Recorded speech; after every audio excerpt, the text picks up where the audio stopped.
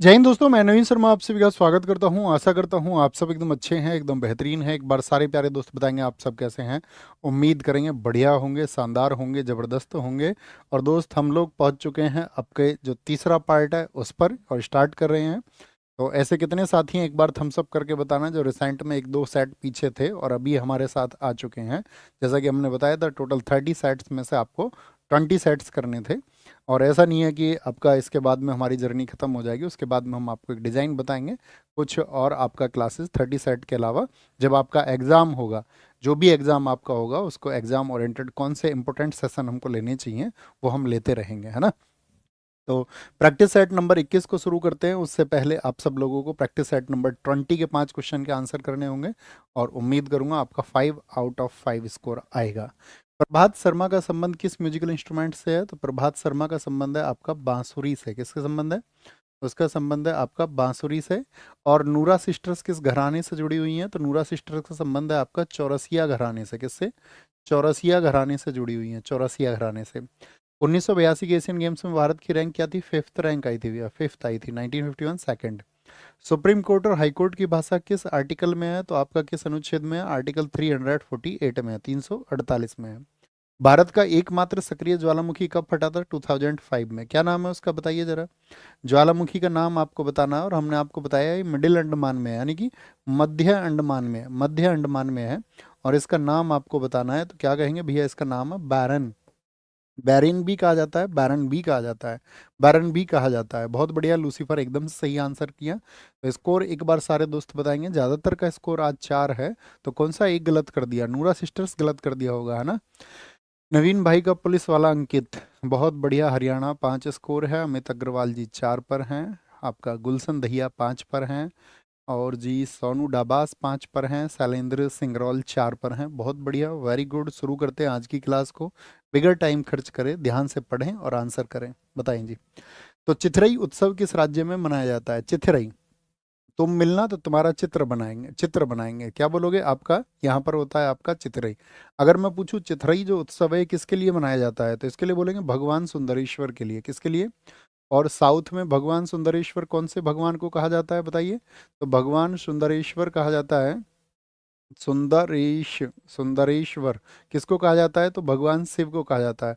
और भगवान विष्णु जी की बहन का दर्जा साउथ में किसको दिया गया है आपका? वो है देवी मीनाक्षी। तो इन दोनों को समर्पित है देवी मीनाक्षी, भगवान विष्णु जी की जो बहन है देवी मीनाक्षी। इन दोनों के मिलन का, क्या बोले, इन दोनों के दिव्य मिलन का एक त्योहार है आपका।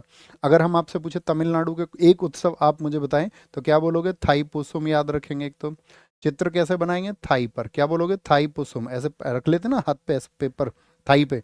थाई पुसुम, थाई पुसुम किसके लिए है आपका? ये भगवान मुरुगन के लिए है। किनके लिए समर्पित है? भगवान मुरुगन के लिए समर्पित है, भगवान मुरुगन के लिए समर्पित है। यहीं पर एक होता है फ्लोट फेस्टिवल। क्या बोलोगे? तुम मिलने आना, फिलो फिलो में। क्या बोलोगे? ये देवी मीनाक्षी के लिए है। किसके लिए है? देवी मीनाक्षी के लिए समर्पित है, देवी मीनाक्षी। यानी कि देवी मीनाक्षी याद रखना, वहां पर पार्वती जी को भी कहा जाता है, यानी पार्वती को समर्पित है। कभी एग्जाम में ये भी नाम मिल सकता है। एक जल्लीकट्टू कभी मत भूलना। बताओ जल्लीकट्टी में कौन सा पशु भाग लेता था?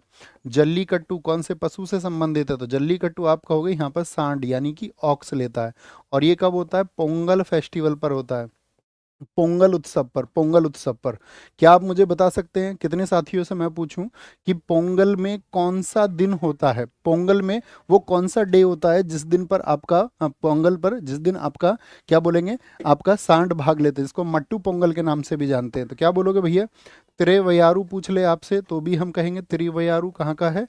तो वो आपका साथी कहाँ का है? तमिलनाडु का, तमिलनाडु का। वालविल और वीजा, भैया वीजा लेके तो आएगा कोई मिलने आएगा, तुम मिलने आना। वालविल और विल चाहिए, मिलने के लिए इच्छा चाहिए, और वीजा चाहिए।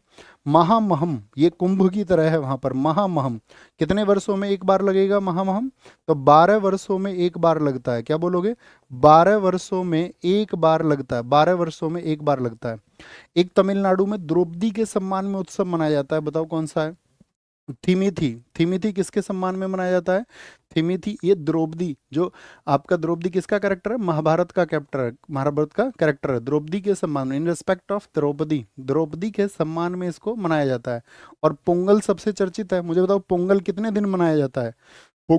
कितने दिन मनाया जाता है? तो पोंगल बोलेंगे भैया, पोंगल 4 डेज मनाया जाता है, 4 डेज। पूछा जाता है पहला दिन कौन सा होता है, तो भोंगी पोंगल होता है, भोंगी पोंगल होता है। और उसमें किसकी पूजा होती है? इंद्र की पूजा होती है। फिर होता है आपका सूर्या पोंगल, और सूर्या पोंगल में किसकी? सन की पूजा होगी, सूर्य की पूजा होगी। फिर तीसरे दिन हमने आपसे पूछा था ये जल्लीकट्टू वाला, यानी कि मट्टू पोंगल। मट्टू और जल्लीकट्टू डबल टे एक जैसे हो गए। तो मट्टू पोंगल में किसकी पूजा होती है? ऑक्स की, बैल की पूजा होती है। और चौथे दिन होता है कानुम पोंगल, और कानुम पोंगल में किसकी पूजा होती है? यहाँ पर कन्या की पूजा होती है। किसकी? कन्या की पूजा होती है। एक बड़ा अच्छा क्वेश्चन पूछता है एसएससी, बार बार रिपीट करता है कि पोंगल का शाब्दिक अर्थ क्या है।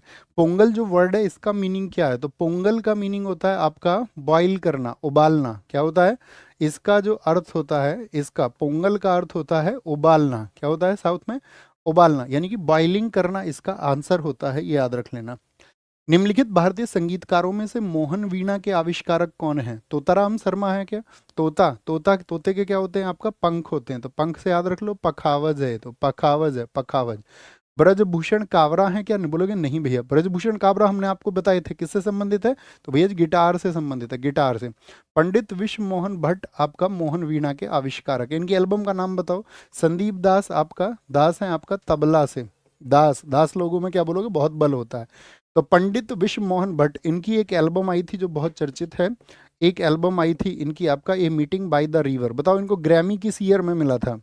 जो बता दे वही शानदार। A meeting by the river, जो सबसे पहले आंसर दे शुभम भाई देखना। इनको ग्रैमी भी मिला आपका, यानी ग्रामोफोन अवार्ड भी मिला, ग्रामोफोन अवार्ड भी मिला। और ग्रैमी इनको मिला 1994 में। कब? 1994 में, 1994 में। एलॉन मस्क ने सबसे पहले आंसर दिया है भैया, एलॉन मस्क ने। क्या बोलोगे? ग्रैमी अवार्ड इनको मिला। अब हम आपसे कुछ नाम पूछ लें जो आप हमें बता दें कि इनका संबंध किससे है। मुझे बताओ, अप्पा जलगांवकर का संबंध किससे है? अप्पा जलगांवकर का संबंध किससे है? अप्पा जलगांवकर का संबंध किससे है? तो अप्पा जलगांवकर का संबंध है हारमोनियम से। किससे? हारमोनियम से उनका संबंध है, हारमोनियम से। रावण हत्या कि प्रसिद्ध कलाकार कौन से हैं बताओ? रावण हत्या के लिए, रावण हत्या के लिए सबसे ज्यादा जाने जाते हैं आपका दिनेश सुभा सिंघे। कौन? दिनेश, नाम याद रख लेना, दिनेश, दिनेश सुभा सिंघे हैं, दिनेश सुभा सिंघे रावण हत्या के लिए जाने जाते हैं। और का एपीजे अब्दुल कलाम कौन सा वाद्य यंत्र बजाते थे बताओ? एपीजे अब्दुल कलाम, तो उनका वीणा से संबंध था। आइंस्टीन भी बजाता था इसको। अच्छा, तानसेन का संबंध बताओ किस म्यूजिकल इंस्ट्रूमेंट से? तानसेन, तानसेन का रबाब से। अकबर भी इन्हीं से सीखा था, अकबर भी रबाब से संबंधित है। इमरत खान बता दो, इमरत खान का संबंध किससे है? तो इमरत खान का संबंध है सुरबहार से, सुरबहार, जिसको अन्नपूर्णा देवी भी बजाती थी। एवी आनंद बताओ, एवी आनंद का संबंध किससे है?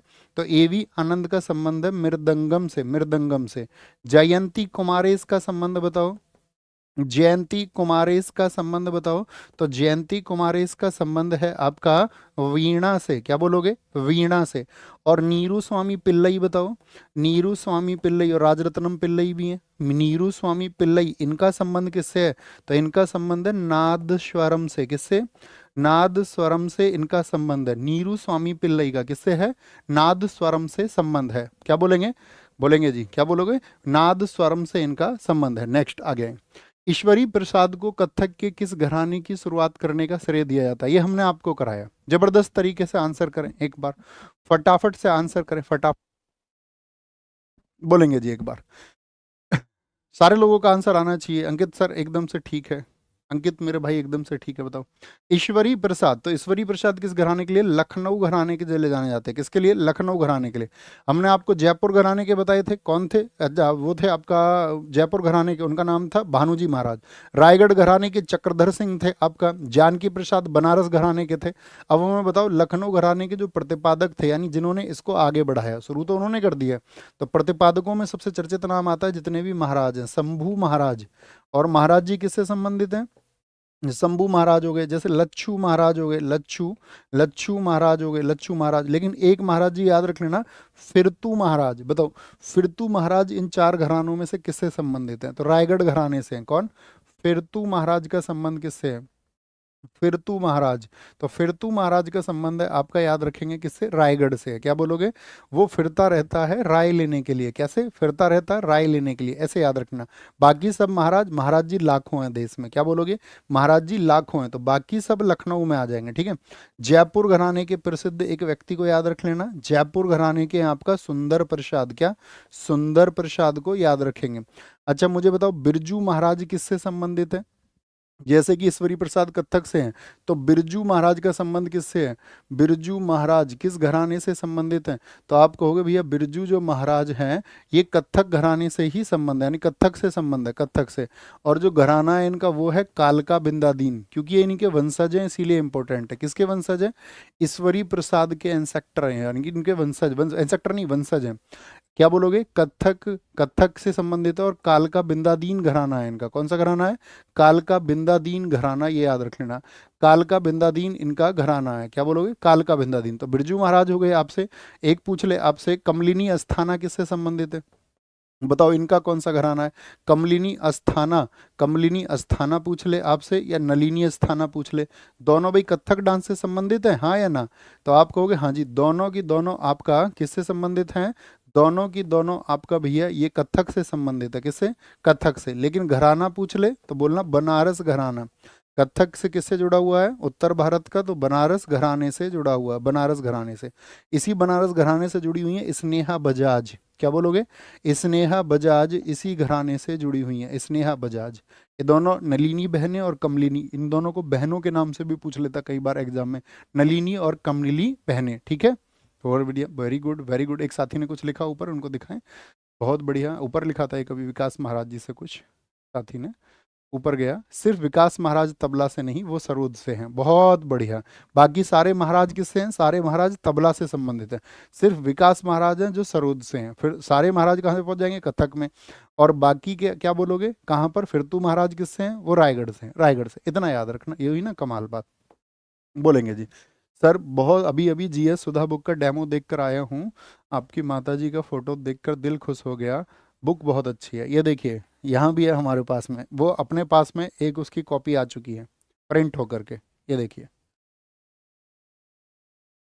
मतलब वो जबरदस्त है, जबरदस्त जबरदस्त, मतलब दिल खुश हुआ उसे देख के, उसकी पेज क्वालिटी को देख करके, उसकी पेज क्वालिटी को देख करके, और उसके प्राइस के साथ में वो जस्टिफाई है ना। नहीं तो कभी कभी क्या है उसमें वो प्रिंटर्स उसका वो मतलब पेज क्वालिटी को इधर उधर कर देते हैं। इस बार पेज क्वालिटी पे विशेष ध्यान दिया कि भैया ऐसा ना हो, स्टूडेंट को दिक्कत नहीं होनी चाहिए, है ना। आए आगे, बहुत बढ़िया जी, थैंक यू। निम्नलिखित में से किस संगीत निर्देशक को मोजार्ट ऑफ मद्रास के नाम से जाना जाता है। मोजार्ट ऑफ मद्रास कौन है, ए आर रहमान। पूरा नाम क्या है, अल्लाह रखा रहमान। क्या बोलोगे, अल्लाह रखा रहमान। इनको दो ऑस्कर किस वर्ष में मिले थे, बता दोगे। दो ऑस्कर इनको किस वर्ष में मिले थे, तो दो ऑस्कर इनको मिले थे 2009 में। क्या बोलोगे, 2009 में मिले थे। और दो ग्रैमी मिले थे इनको 2010 में, अगले ही वर्ष दो ग्रैमी मिले थे इनको 2010 में, 2010 में। Madan Mohan R D Burman, R D Burman को हम जानते हैं पंचम दा के नाम से। किस नाम से, पंचम दा के नाम से जानते हैं। हिमेश रेशमिया को कुछ भी नाम मत दो।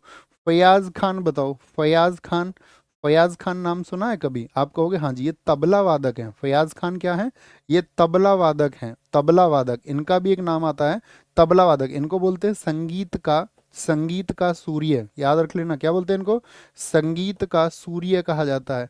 सन ऑफ म्यूजिक किसको कहा जाता है, या आफताब ए मौसीकी किसको कहा जाता है, आफताब ए, आफताब ए मौसीकी किसको कहा जाता है, तो इन्हीं को कहा जाता है, किसको, फयाज, फयाज खान को कहा जाता है। गुलजार, गुलजार को किस नाम से जाना जाता है बताओ, इनको तो जानते होंगे आप। गुलजार, इनका वास्तविक नाम है संपूर्ण सिंह कारला। क्या बोलोगे, संपूर्ण सिंह, संपूर्ण सिंह कालरा के नाम से इनको वास्तविक नाम है, इनका वास्तविक नाम है। इनको याद रख लेना, ग्रैमी और ऑस्कर दोनों मिल चुके हैं, ग्रैमी और ऑस्कर प्राप्ति ये दोनों प्राप्त कर चुके हैं, दोनों प्राप्त कर चुके हैं। अच्छा बताओ, उस्ताद बड़े अली, गुलाम अली खान को जानते हो, उस्ताद बड़े गुलाम अली खान, इनका घराना जो बताएगा वो विजेता है। उस्ताद, उस्ताद बड़े गुलाम अली खान, बड़े गुलाम अली खान, गुलाम अली खान। उस्ताद बड़े गुलाम अली खान को किस नाम से जानते हैं, इनको जानते हैं 20वीं सदी के तानसेन के नाम से। 20वीं, 20th सेंचुरी के तानसेन है, 20वीं सदी के तानसेन के नाम से इनको जाना जाता है, 20वीं सदी के तानसेन। क्या है जी? 20वीं सदी के तानसेन। बहुत बढ़िया, दिखाओ आगे। पटियाला घराना भैया, पटियाला घराना, बहुत ठीक है। कौन सा घराना है इनका? बड़े गुलाम अली खान का, तो आप कहेंगे भैया पटियाला घराना, एकदम ठीक आंसर है मेरे भाई। भारत में एथलेटिक्स में अपना पहला विश्व चैंपियनशिप पदक कब और कहाँ जीता था? भारत ने एथलेटिक्स में अपना पहला विश्व चैंपियनशिप पदक जो है आपका, ठीक है, बहुत पूछा गया है इसमें, तो वो भी पूछा गया है आपका चैंपियनशिप, जो आपका एथलेटिक्स फेडरेशन है उसका क्वेश्चन भी बहुत पूछा जाता है, बताएंगे भी फटाफट से। क्या कहेंगे? भारत ने एथलेटिक्स में 2009 जर्मनी में, 2005 फिनलैंड में, 2007 में, 2003 फ्रांस में, 2003 फ्रांस में, ठीक है। कौन थी भैया वो पहला विश्व चैंपियनशिप पदक? वो थी अंजू बॉबी जॉर्ज। अंजू बॉबी जॉर्ज, बताओ कौन से गेम से संबंधित थी अंजू बॉबी जॉर्ज किससे संबंधित थी? तो याद रखना ये आपका लॉन्ग जंप से संबंध रखती थी, लंबी कूद से इनका संबंध था, और वहां पर इन्होंने ब्रॉन्ज मेडल जीता था, ब्रॉन्ज मेडल, कांस्य पदक जीता था। तो बताओ भारतीय एथलेटिक्स महासंघ की स्थापना कब हुई थी? बहुत बार पूछा है, भारतीय एथलेटिक्स महासंघ की स्थापना कब हुई थी? एथलेटिक्स महासंघ की स्थापना वो कब हुई थी? तो भारतीय एथलेटिक्स महासंघ की स्थापना हुई थी 1946 में, और इसका हेडक्वार्टर है नई दिल्ली में। क्या बोलोगे? नई दिल्ली में इसका हेडक्वार्टर है, ठीक है। एक एथलेटिक्स का देखो, एथलेटिक्स का सिर्फ एक ही वर्ल्ड कप हुआ है और उसके बाद में उसको बंद कर दिया गया। तो पूछा जा सकता है पहला एथलेटिक्स वर्ल्ड कप कब हुआ था? पहला पहला एथलेटिक्स, एथलेटिक्स में कौन कौन से गेम होते हैं, किसी एक गेम का नाम सोच सकते हो? तो भैया जितने भी आपका एंड्रेंस वाले गेम्स हो गए, पहला एथलेटिक्स गेम, क्या बोलेंगे उसको, पहला एथलेटिक्स विश्व कप, विश्व कप ये 2018 में हुआ था, 2018 में हुआ था। कहाँ पर हुआ था? लंदन में हुआ था, और फिर इसको क्या कर दिया गया? बंद कर दिया गया, बंद कर दिया गया। अच्छा मुझे बताओ भारतीय फुटबॉल संघ की स्थापना कब हुई थी? भारतीय फुटबॉल संघ की, इसमें बच्चे बहुत कंफ्यूज रहते हैं, भारतीय फुटबॉल संघ और अखिल अखिल भारतीय फुटबॉल संघ। क्या बोलोगे? Indian football association, Indian football association, Indian football association, IFA बोलते हैं इसको, आईएफए। इसकी स्थापना कब हुई थी? 1893 में। और आपसे पूछे ऑल इंडिया फुटबॉल एसोसिएशन, इसकी स्थापना कब हुई? अखिल भारतीय फुटबॉल संघ, all India football association, Akhil Bharatiya football football महासंघ। इंग्लिश वाले बच्चे एक बार मुझे बताओ, आपका महासंघ की स्थापना कब हुई थी? महासंघ, संघ, संघ ही बोलेंगे। अखिल भारतीय फुटबॉल संघ की स्थापना कब हुई थी? क्या बोलोगे? All India football football federation की 1937 में हुई। बहुत पूछा जाता है, बहुत पूछा जाता है। राष्ट्रीय जल क्रीडा संस्थान, थम्स अप करके बताओ इंग्लिश वाले बच्चे, जो मैं वर्ड बोलता हूँ तो लिख पाते हो ना, कोई दिक्कत तो नहीं है, आराम से लिख लेंगे। राष्ट्रीय जल क्रीडा संस्थान, क्या बोलोगे? इसको हम बोलेंगे राष्ट्रीय जल क्रीडा, national institute for water sports, राष्ट्रीय जल क्रीडा संस्थान, राष्ट्रीय जल क्रीडा संस्थान अर्थात national institute for water sports. तो ये साथी कब आपका 1990 में बना था, गोवा में। कहाँ पर है ये गोवा में स्थित है। कहाँ पर है? ये गोवा में स्थित है, ये बात याद रख लेना, जल क्रीडा के लिए, वाटर स्पोर्ट्स के लिए।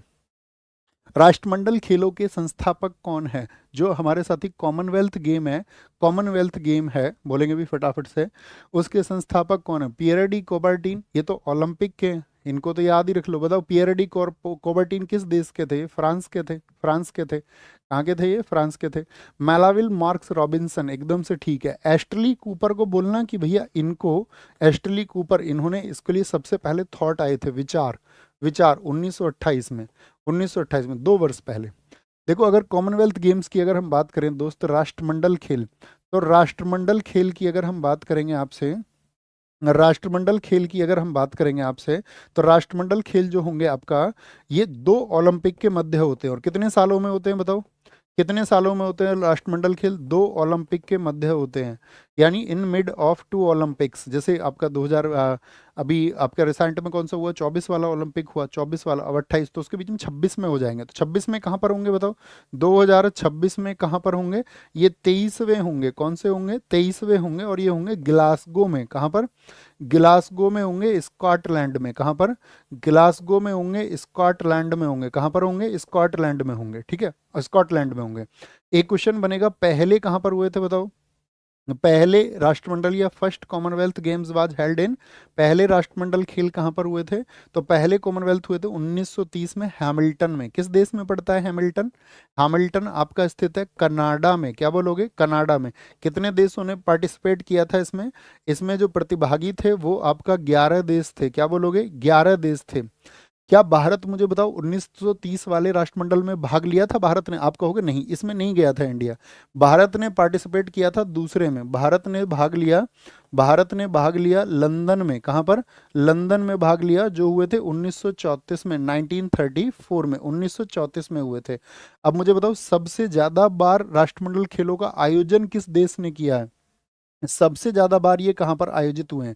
सबसे ज्यादा बार कहाँ पर आयोजित हुए हैं?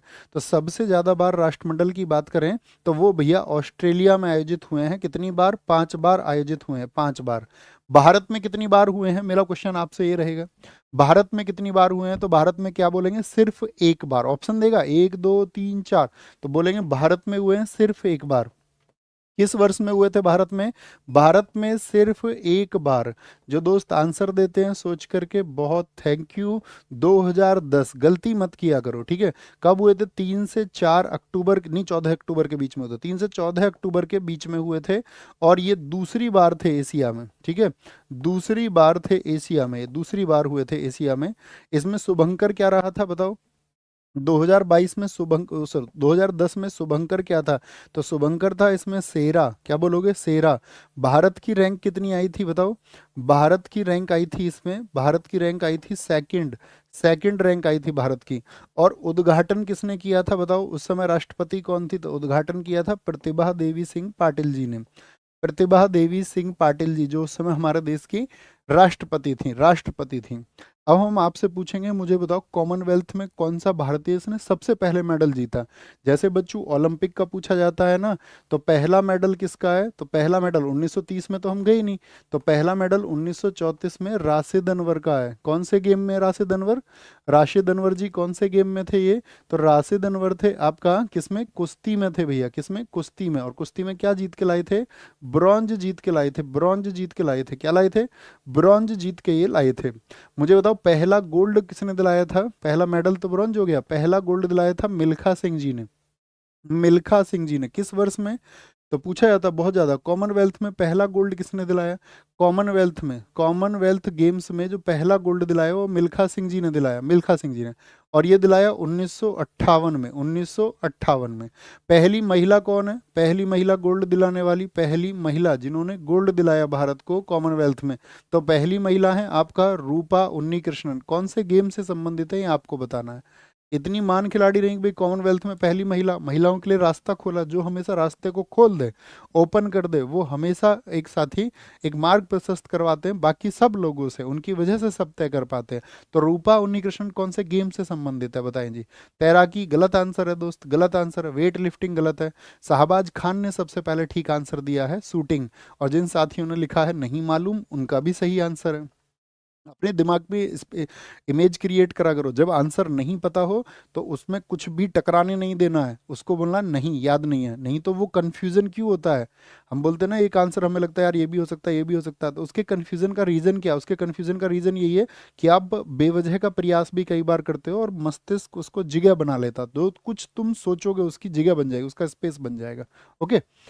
निम्नलिखित में से किस लेखक ने कामायनी, ध्रुवस्वामी, कंकाल, तितली, स्कंदगुप्त, लहर और ममता लिखी है? अब साथी एसएससी हिंदी लेखकों की किताबों को भी खूब पूछता है, खूब पूछता है। तो जयशंकर प्रसाद जी की है। किसकी है?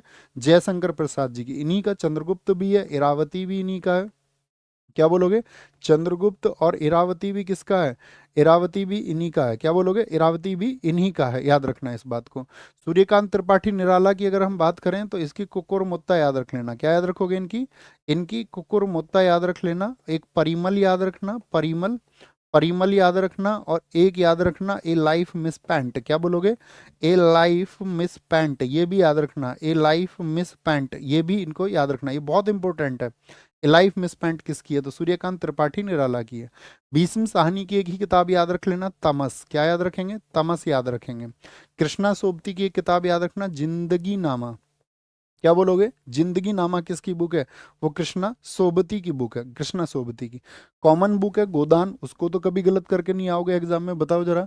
गोदान किसकी है? गोदान पूछ ले आपसे, सही, बहुत चर्चित किताब है उपन्यासों में। गोदान हो गया आपका, गोदान हो गया। गबन हो गया, गबन हो गया, गबन।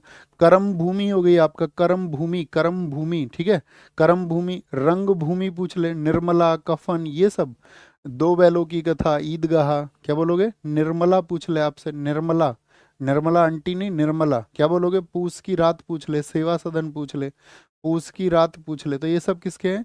ये मुंशी प्रेमचंद। और मुंशी प्रेमचंद जी का नाम कौन बताएगा? दूसरा नाम कौन सा? धनपत राय, धनपत राय। एक मुझे बताओ, मधुशाला किसकी है? मधुशाला किसकी है? मधुशाला। आप बोलोगे मधु कलश किसकी है? मधु कलश किसकी है? मधु कलश किसकी है? ठीक है। मधुबाला किसकी है? मधुबाला। दो चट्टाने पूछ ले आपसे, दो चट्टाने। और एक इनकी ऑटोबायोग्राफी तो एसएससी बहुत पूछता है। ऑटोबायोग्राफी नाम है in the afternoon of time, in the afternoon, in the afternoon of time. ये किसकी है? In the afternoon of time. तो आप बोलोगे in the afternoon of time, ये आत्मकथा है, आत्मकथा है। और ये ऑटोबायोग्राफी है किसकी? आपका हरिवंश राय बच्चन, अमिताभ बच्चन के जो पिताजी हैं, हरिवंश राय, हरिवंश राय बच्चन की बुक है, हरिवंश राय बच्चन की बुक है, हरिवंश राय बच्चन की, क्या बोलेंगे? हरिवंश राय बच्चन की बुक है, ये आपको पता होनी चाहिए। नेक्स्ट बोले जी भाई साहब। भारतीय संविधान के किस अनुच्छेद में अनुसूचित जनजातियों के लिए, यानी कि आपका शेड्यूल्ड ट्राइब्स के लिए आर्टिकल है? तो शेड्यूल्ड ट्राइब्स के लिए कौन सा है? 338A है। क्या है? 338A है। कौन सा संशोधन हुआ था इसके लिए? 86th कॉन्स्टिट्यूशन अमेंडमेंट हुआ था 2003 में, 2003 में हुआ था। और याद रखना, इसको मान्यता मिली थी 19 फरवरी 2004 को। क्या बोलोगे? 19 फरवरी 2004 को इसको रिकॉग्नाइज किया गया था, रिकॉग्नाइज किया गया था, मान्यता, मान्यता मिली थी। और हेडक्वार्टर कहाँ है इसका? नई दिल्ली में है, नई दिल्ली में है। क्या बोलोगे? नई दिल्ली में इसका हेडक्वार्टर है, नई दिल्ली में। अध्यक्ष कौन है इसके वर्तमान में? अध्यक्ष कौन है इसके वर्तमान में? तो इसके अध्यक्ष है अतर सिंह आर्य। कौन है? अतर सिंह, अतर सिंह आर्य इसके वर्तमान में कौन है? अध्यक्ष अतर सिंह आर्य। अगर मैं पूछूं अनुसूचित, अनुसूचित जाति की बात आपसे, यानी कि शेड्यूल कास्ट की बात पूछें, अनुसूचित जाति अर्थात शेड्यूल कास्ट की बात पूछे, तो ये किस आर्टिकल में? ये बताओ। वो तो जनजाति हो गई, तो अनुसूचित जनजाति तो हो गई ए में, और ये हो गया आपका आर्टिकल 338 में, एससी के लिए प्रावधान है आपका। और वर्तमान में अध्यक्ष कौन है बताओ? इसके वर्तमान अध्यक्ष कौन है? वर्तमान अध्यक्ष है आपका एससी कमीशन के, वो है किशोर मकवाना। चेंज हो गई हो तो आप हमेशा याद रखना, है ना, नोट कर लेना, एडिट कर लेना, किशोर मकवाना। ठीक है। ये पहले दोनों संगठन एक साथ ही हुआ करते थे, तो याद रख लेना इस बात को भी। कैसे? 1978 में, 1978 में, 1978 में इनका पैतृक गठन हुआ था, एक साथ थे ये पहले, पैतृक गठन हुआ था इनका। और इसके अध्यक्ष बहुत पूछे जाते हैं। 1978 में एनसी-एससी और एनसी-एसटी के अध्यक्ष कौन होते थे? तो तब होते थे भोला पासवान। कौन होते थे? भोला पासवान होते थे, भोला पासवान होते थे। और 2004 से क्या हो गया? फिर हमने आपको बता ही दिया, national commission for schedule class and national commission for schedule tribe दोनों बन गए। अच्छा, ओबीसी के लिए मुझे बताइए कौन सा आर्टिकल है? अन्य पिछड़ा वर्ग के लिए, ओबीसी के लिए कौन से आर्टिकल में प्रावधान है? बोलेंगे भाई फटाफट से, सारे लोग आंसर करेंगे भाई फटाफट से। 338 बी है, बहुत बढ़िया, ओबीसी के लिए 338 बी है। भारत में नीति आयोग की स्थापना जनवरी 2015 में की गई थी। तो कैसे हुई थी उसकी स्थापना? नीति आयोग तो सब जानते हैं, नीति आयोग का फुल फॉर्म क्या है? बोलोगे? नीति आयोग का national institute for transforming India है, national institute for transforming India. क्या बोलोगे? National institute for transforming India. तो क्या बोलेंगे? संसद के एक अधिनियम से, संसद के एक अधिनियम से। ठीक है। अब संसद के एक अधिनियम से, भाई पुराना नाम क्या होता था? कितने लोग बताएंगे? नीति का पुराना नाम, नीति होता है national institute for transforming India, यानी राष्ट्रीय भारत परिवर्तन संस्थान, national institute, national institute for transforming India. इसका पुराना नाम क्या था बताएंगे? किसकी जगह इसको बनाया गया था? Transforming India, transforming India, Hindi में लिख लेना, राष्ट्रीय भारत परिवर्तन संस्थान। और पहले ये होता था आपका, क्या बोलोगे? पहले इसने, पहले भी नहीं बोल सकते, या बोले इसके स्थान पर पहले क्या होता था? इसकी जगह पर, इसके स्थान पर पहले क्या होता था? इसके स्थान पर, इसके स्थान पर पहले होता था आपका, पहले होता था प्लानिंग कमीशन। क्या होता था? योजना आयोग। तो मुझे बताओ, योजना आयोग का गठन किस वर्ष में किया गया था? योजना आयोग, और योजना आयोग का गठन हुआ था 1950 में। क्या बोलोगे? 1950 में। मुझे बताओ फटाफट से, नीति आयोग का जो अध्यक्ष होता है वो कौन होता है? नीति आयोग का, यानी योजना आयोग या नीति आयोग, नीति आयोग का, नीति आयोग का अध्यक्ष कौन होता है? नीति आयोग का अध्यक्ष कौन होता है? नीति आयोग का अध्यक्ष होता है आपका कौन? पीएम होता है। तो पहला अध्यक्ष कौन है नीति आयोग का, बताओ फटाफट से। नीति आयोग का पहला अध्यक्ष, तो नीति आयोग बना 2015 में, तो 2014 से तो कौन है? मोदी जी हैं, तो मोदी जी इसके पहले अध्यक्ष हो गए, नरेंद्र मोदी इसका पहला अध्यक्ष है, ठीक है। नीति आयोग के अध्यक्ष हो गए आपका। अगर हम आपसे पूछ लें यहाँ पर क्वेश्चन बन सकता है आपसे, नीति आयोग की पहल कौन कौन सी है, नीति आयोग की कौन कौन सी साथी, नीति आयोग के जो इनिशिएटिव्स हैं वो कौन कौन से हैं।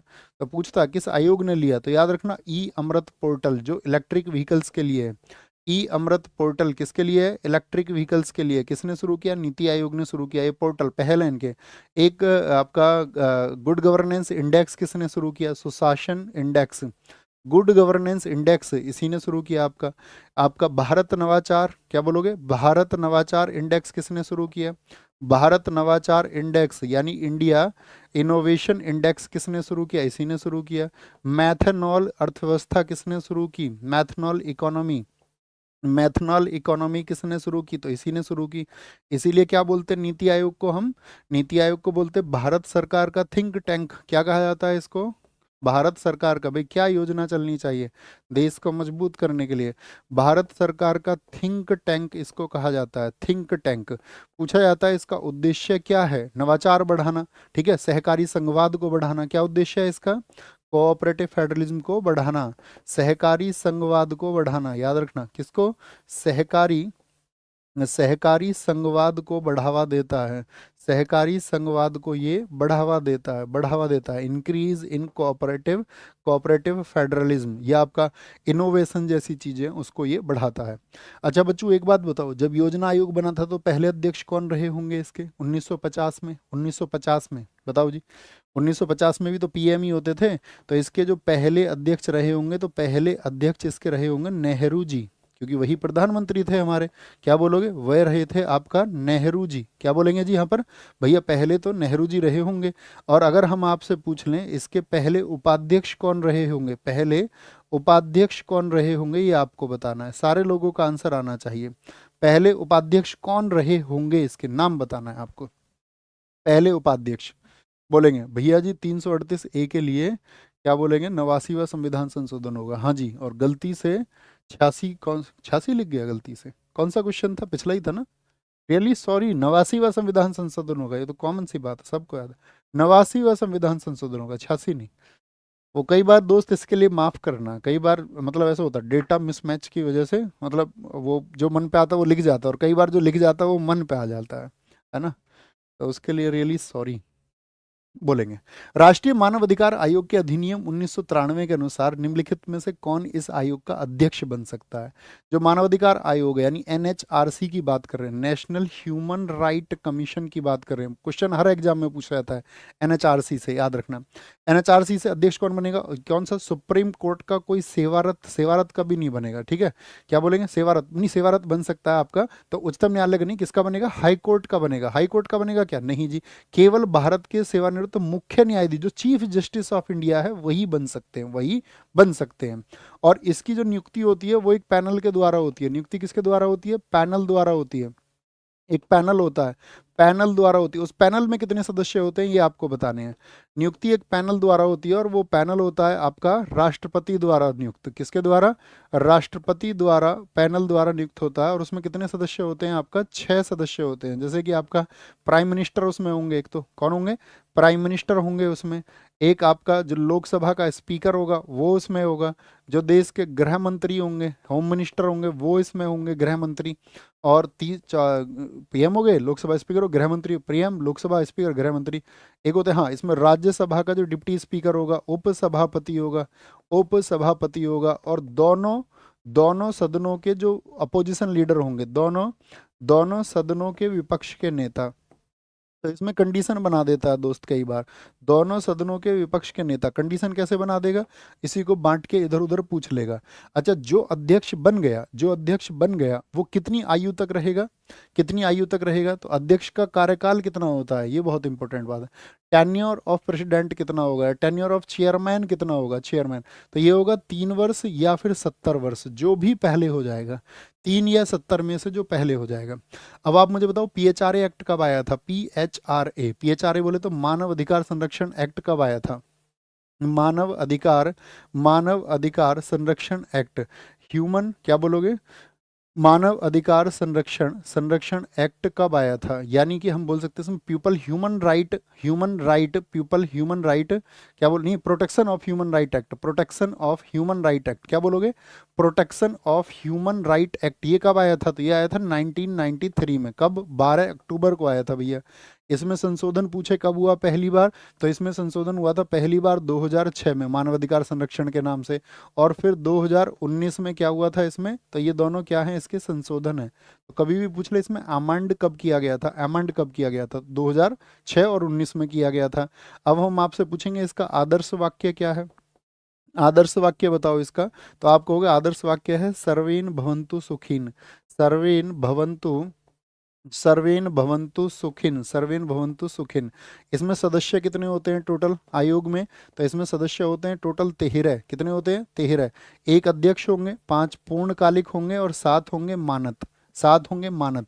यूपीएसआई में पिछली बार एक क्वेश्चन पूछा गया था कि आपका जो आपका NHRC है, राष्ट्रीय मानवाधिकार आयोग है, उसके पहले अध्यक्ष कौन थे?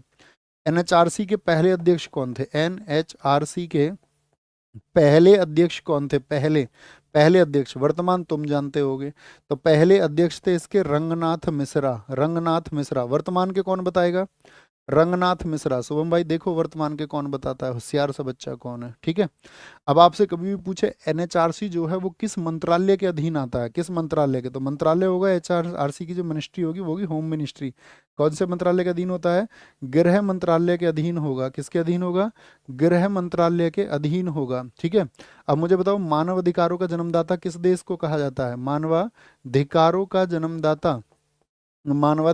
जन्मदाता क्या बोलोगे? फादर ऑफ ह्यूमन राइट्स किसको कहा जाता है? तो ब्रिटेन को कहा जाता है, क्योंकि ब्रिटेन में क्या हुआ था आपका 1215 एडी में, आपको पता होना चाहिए 1215 एडी में क्या हुआ था? मानवाधिकारों का पहला घोषणा पत्र जारी हुआ था। लेकिन यूएन ने इसको कब परमिट दिया? ये भी इंपॉर्टेंट बात है, यूएन ने इसको कब परमिट दिया? तो यूएन के लिए डे बनता है आपका 10 दिसंबर 1948। इसीलिए 10 दिसंबर को हम कौन सा डेट मनाते, बताओ कौन सा डे मनाते हैं? 10 दिसंबर को कौन सा डे मनाते हैं? यूएन ने कब रिकॉग्नाइज किया था इसको? भैया राम सुब्रमण्यम है, मोहित राजपूत एकदम से ठीक बताया आपने, न्यायमूर्ति आपका वी राम सुब्रमण्यम है। तो 10 दिसंबर को क्या मनेगा दोस्त? मानवाधिकार दिवस मनेगा, मानवाधिकार दिवस मनेगा। सूचना का अधिकार के संबंध में निम्नलिखित कथनों में से कौन सा सही है? यह एक राजनीतिक अधिकार है, यह एक संवैधानिक अधिकार है, या एक कानूनी अधिकार है? भैया एक कानूनी अधिकार है। कब बना था? Right to information, RTI. तो आरटीआई बना था आपका, याद रख लेना, इसको जो रेगुलेट किया गया था 15 जून 2005 को। 15 जून 2005 को क्या हो गया था? ये अधिनियमित हो गया था। क्या हो गया था? अधिनियमित हो गया था। और लागू कब से हुआ था? ये लागू हुआ था, इसकी इंपॉर्टेंट डेट है 12 अक्टूबर 2005 को। उस समय जम्मू कश्मीर को छोड़ के लागू हुआ था। इससे पहले क्या होता था? आरटीआई।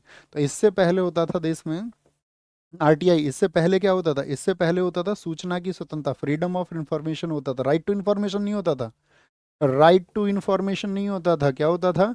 फ्रीडम ऑफ इंफॉर्मेशन होता था, सूचना की स्वतंत्रता। और ये आया था 2002 में, लेकिन इसको 2005 में क्या कर दिया गया? निरस्त कर दिया गया। बहुत इंपॉर्टेंट है, सूचना का अधिकार एक बहुत अच्छा नियम है। मुझे बताओ जब ये लागू हुआ तो देश के राष्ट्रपति कौन थे? आरटीआई जब लागू हुआ था, राइट टू इंफॉर्मेशन जब लागू हुआ, तो इसके राष्ट्रपति कौन थे? तो राष्ट्रपति थे एपीजे अब्दुल कलाम। क्या बोलोगे? एपीजे अब्दुल कलाम थे। और पीएम कौन थे 2005 में? पीएम कौन थे? 2004 से 2014 तक रहे आपका कौन? बोलो जी फटाफट से। तो भैया आदरणीय मनमोहन सिंह जी रहे थे। कौन रहे थे? मनमोहन सिंह जी रहे थे, मनमोहन सिंह रहे थे। मनमोहन सिंह पीएम रहे थे। सूचना का अधिकार। आरटीआई बताओ, आरटीआई कब का है? राइट टू, आरटीआई तो बता दिया, सॉरी, आरटीई बताओ, राइट टू एजुकेशन, ये कब का है? किस ईयर का है बताओ? राइट टू एजुकेशन किस वर्ष में लागू हुआ था, ये बताना है। तो ये आरटीई 2009 का है, लेकिन लागू हुआ था कब? इम्प्लीमेंट किया गया था इसको 1 अप्रैल 2010 को, 2010 में, शिक्षा के अधिकारों के लिए। कब कब लागू किया गया था? 1 अप्रैल 2010 को भैया जी लागू किया गया था। बोलो मजा आया? हाँ जी मजा आया। भारतीय गौरव यश का अंतिम सूर्य किसके लिए प्रयुक्त हुआ है? भारतीय, ये साथी सभी प्रश्न ऐसे हैं जो एसएससी द्वारा पूछे जाते हैं, ठीक है, अब पूछे गए हैं कभी ना कभी। बस हम ईयर इसलिए नहीं लगते हैं, नहीं तो फिर ऐसा लगता है कि भाई स्पेसिफिक, उससे ऑडियंस का जो इंगेजमेंट है वो तो थोड़ा बढ़ जाता है, लेकिन उससे ये लगता है कि यार यही पूछा गया है। जबकि जनरली क्या होता है, हम उन प्रश्नों के लिए भी माइंडसेट अपना तैयार करते हैं कि हाँ पूछा जा सकता है, ठीक है। आगे बताएंगे जी। शिवाजी थे, छत्रपति शिवाजी महाराज थे, या फिर आपका पृथ्वीराज चौहान जी थे? तो कौन थे? पृथ्वीराज थे। और मुस्लिम इतिहासकारों ने इनको क्या लिखा है? इन्हीं का नाम राय पिथौरा लिखा है। बताओ इनका शासनकाल कहाँ पर था, शासन क्षेत्र कहाँ पर था इनका? पृथ्वीराज जी का जो शासन क्षेत्र था आपका, तो वो शासन क्षेत्र था दिल्ली से अजमेर। कहाँ तक? दिल्ली से अजमेर तक था, दिल्ली से अजमेर तक था, दिल्ली से अजमेर तक इनका शासन था। और गोरी से इनका पहली बार जो मुकाबला हुआ था तो वो कब हुआ था? इन्हीं के दोस्त हैं चंदर बरदाई। तो बताओ चंदर बरदाई ने कौन सी पुस्तक लिखी है? चंदर बरदाई की जो बुक है वो उसका क्या नाम है? तो चंदर बरदाई की बुक का नाम है पृथ्वीराज रासो। इन्हीं के ऊपर जीवन पर लिखी गई, दोस्त थे इनके। पृथ्वीराज रासो, पृथ्वीराज रासो, ठीक है, पृथ्वीराज रासो। एक क्वेश्चन पूछा था, पृथ्वीराज रासो के अनुसार कितनी बार हराया पृथ्वीराज ने आपका मोहम्मद गोरी को? तो आप कहेंगे पृथ्वीराज जी ने हराया उनको 17 बार बताया गया, 17 बार उसमें, ठीक है। बहुत सारे लोग उसको काल्पनिक मांगते हैं। हेमू, हेमू याद रख लेना, दिल्ली पर अंतिम हिंदू सम्राट है। दिल्ली पर अंतिम हिंदू सम्राट है। दिल्ली पर अंतिम हिंदू सम्राट कौन था? दिल्ली पर अंतिम हिंदू सम्राट, क्योंकि पृथ्वीराज कब थे आपका? तो 1191 में तराइन प्रथम उन्होंने लड़ा, जिसको जीता उन्होंने। 1192 तराइन द्वितीय में हार हुई।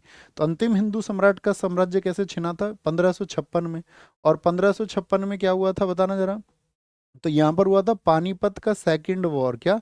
पानीपत सेकंड हुआ था आपका नवंबर में। डेट कितनी थी नवंबर में? आपका शायद 4 या 5 नवंबर थी। आपका पानीपत द्वितीय हुआ था। और पानीपत द्वितीय जब यहाँ पर हुआ आपका, तो किस किस के बीच में हुआ? अकबर, अकबर गद्दी पर बैठा था इन दिनों में। अकबर और हेमू के मध्य हुआ। किसके? अकबर एंड हेमू, अकबर वर्सेज हेमू ये वॉर हुआ था। जीता कौन था इसको? अकबर जीता था। निम्नलिखित में से किसने कुतुबुद्दीन ऐबक को सुल्तान की पदवी प्रदान की थी? सुल्तान को क्या बोले? सुल्तान की पदवी कुतुबुद्दीन ऐबक को गयासुद्दीन मोहम्मद ने दी थी। गयासुद्दीन मोहम्मद ने, हाँ जी, गयासुद्दीन मोहम्मद के द्वारा इसको ये उपाधि दी गई थी। कुतुबुद्दीन ऐबक बताओ जरा फटाफट से कब तक गद्दी पर रहा? तो पहले तो आपको दिल्ली सल्तनत पता है, मुझे बताओ। हाँ जी, दिल्ली सल्तनत के बारे में हम सब कुछ जानते हैं। दिल्ली सल्तनत में कितने वंश हुए बताओ फटाफट से? दिल्ली सल्तनत में क्या हुआ? गुलाम, खिलजी, तुगलक, सैयद और लोधी। तो गुलाम कब से कब तक थे? 1206 से 1290। इनके कार्यकाल पूछे जाते हैं एसएससी के लिए, सबसे फेवरेट और आसान क्वेश्चन यही होता है। 1320। फिर आए आपका तुगलक, क्या है? तुगलक वंश आया। इससे पहले खिलजी थे, क्या थे? खिलजी थे। और यहाँ पर थे आपका गुलाम। तो दिल्ली पर पहला वंश कौन सा है? गुलाम। और आपका चौथा वंश कौन सा है? क्रम पूछ ले, सैयद। और अंतिम कौन सा है? लोधी। तो क्या बोलते हैं? जी के तो सरल है, सरल। 1320 से लेकर के, सरल कहीं नहीं है, 1398 तक है। और आपका सैयद थे 1398 से लेकर के 1451 तक। और लोधी थे 1451 से लेकर के, नहीं 1414 लिखेंगे इसको तो ज़्यादा ठीक रहेगा, क्योंकि 1398 में तैमूर का आक्रमण हुआ था, उसके बाद भी वंश बचा रह गया। 1414, 1414 से 1451, और 1451 से 1526। तो मुझे बताओ सबसे छोटे समय तक दिल्ली सल्तनत पे कौन रहा? 30 वर्ष तक खिलजी। और सबसे लंबे समय तक कौन रहे? तो तुगलक रहे। तुगलक कितने रहे? तुगलक बताओ, तुगलक कितने वर्षों तक रहे भैया? 94 ईयर्स रहे, 94 ईयर्स रहे। और ये कुल कितने रहे? ये 30 वर्ष रहे, तो सबसे कम रहे। संस्थापक बताओ गुलाम वंश का कौन है? तो गुलाम वंश का कुतुबुद्दीन ऐबक है। कौन है? कुतुबुद्दीन ऐबक है। खिलजी वंश का आपका जलालुद्दीन खिलजी है, जलालुद्दीन खिलजी है। तुगलक वंश का बताओ कौन है? गयासुद्दीन तुगलक है, जीएसटी, गयासुद्दीन तुगलक। और सैयद वंश का कौन है? खिज्र खां है, खिज्र खां, खिज्र खां। और भाई साहब यहाँ पर बात करें लोधी वंश का, आप बता दो हमको। तो लोधी वंश का जो संस्थापक था वो था बहलोल लोधी। और दिल्ली की गद्दी पे सबसे लंबे समय तक कौन बैठा है? बहलोल लोधी बैठा है, 38 ईयर्स। कोई भी ऐसा शासक नहीं है जो इससे लंबे समय तक बैठा हो। तो बहलोल लोधी कब से कब तक बैठा है बताओ जरा? बहलोल लोधी तो भैया ये 1451 से लेकर के 1489 तक बैठा। तो कितने ईयर्स हो गए? 38 ईयर्स। तो बहुत बार पूछा जाता है दिल्ली की गद्दी पर सबसे लंबा शासनकाल किस राजा का रहा? तो बहलोल लोधी का रहा, बहलोल लोधी का। ओके। तो आपका कुतुबुद्दीन ऐबक की बात करें इसको और क्या बोलते थे, लाख बख्श कहते थे इसको, क्या बोलते थे, लाख बख्श कहते थे इसको, लाख बख्श, लाखों का दान दे देता था। हाथियों का दान देने की वजह से पील बख्श इसको कहा गया, क्या कहा गया, पील बख्श इसको कहा गया। इसकी जो राजधानी थी कहाँ से ऑपरेट करता था, लाहौर से। क्या इसने दिल्ली बनाई थी राजधानी, नहीं जी, दिल्ली बनाने वाला तो भैया जी इल्तुतमिश था, इल्तुतमिश था। इसी को साथी आप बोलते हैं हातिम द्वितीय, क्या बोलते हैं इसको, हातिम सेकंड। किसके, हातिम सेकंड, एक इतिहासकार था आपका मिनहजा, उसने इसको कहा था। ठीक है, डेथ कब हुई थी इसकी, डेथ तो गद्दी पे बैठा था ये आपका 1206 में, और 1210 में डेथ हो गई थी। कैसे, घोड़े से गिर गया था भैया, घोड़े से गिर गया था। घोड़े से गिर के कौन सा गेम खेल रहा था, पोलो खेल रहा था भैया उस टाइम पे, क्या खेल रहा था, पोलो, पोलो खेलते समय, ड्यूरिंग प्लेइंग द पोलो, पोलो चौगान खेलते समय। इसने साथी भारत में, मुझे बताओ कौन सी मस्जिद बनवाई थी दिल्ली की, कुव्वत उल इस्लाम मस्जिद किसने बनवाई, इसी ने बनवाई थी, कुव्वत उल इस्लाम मस्जिद, बहुत पूछी जाती है। कुव्वत उल इस्लाम क्या है, मस्जिद है, कहाँ पर है, दिल्ली में है। कहाँ पर है, दिल्ली में। 2.5 दिन का झोपड़ा कहाँ पर है, वो भी इसी ने बनाया।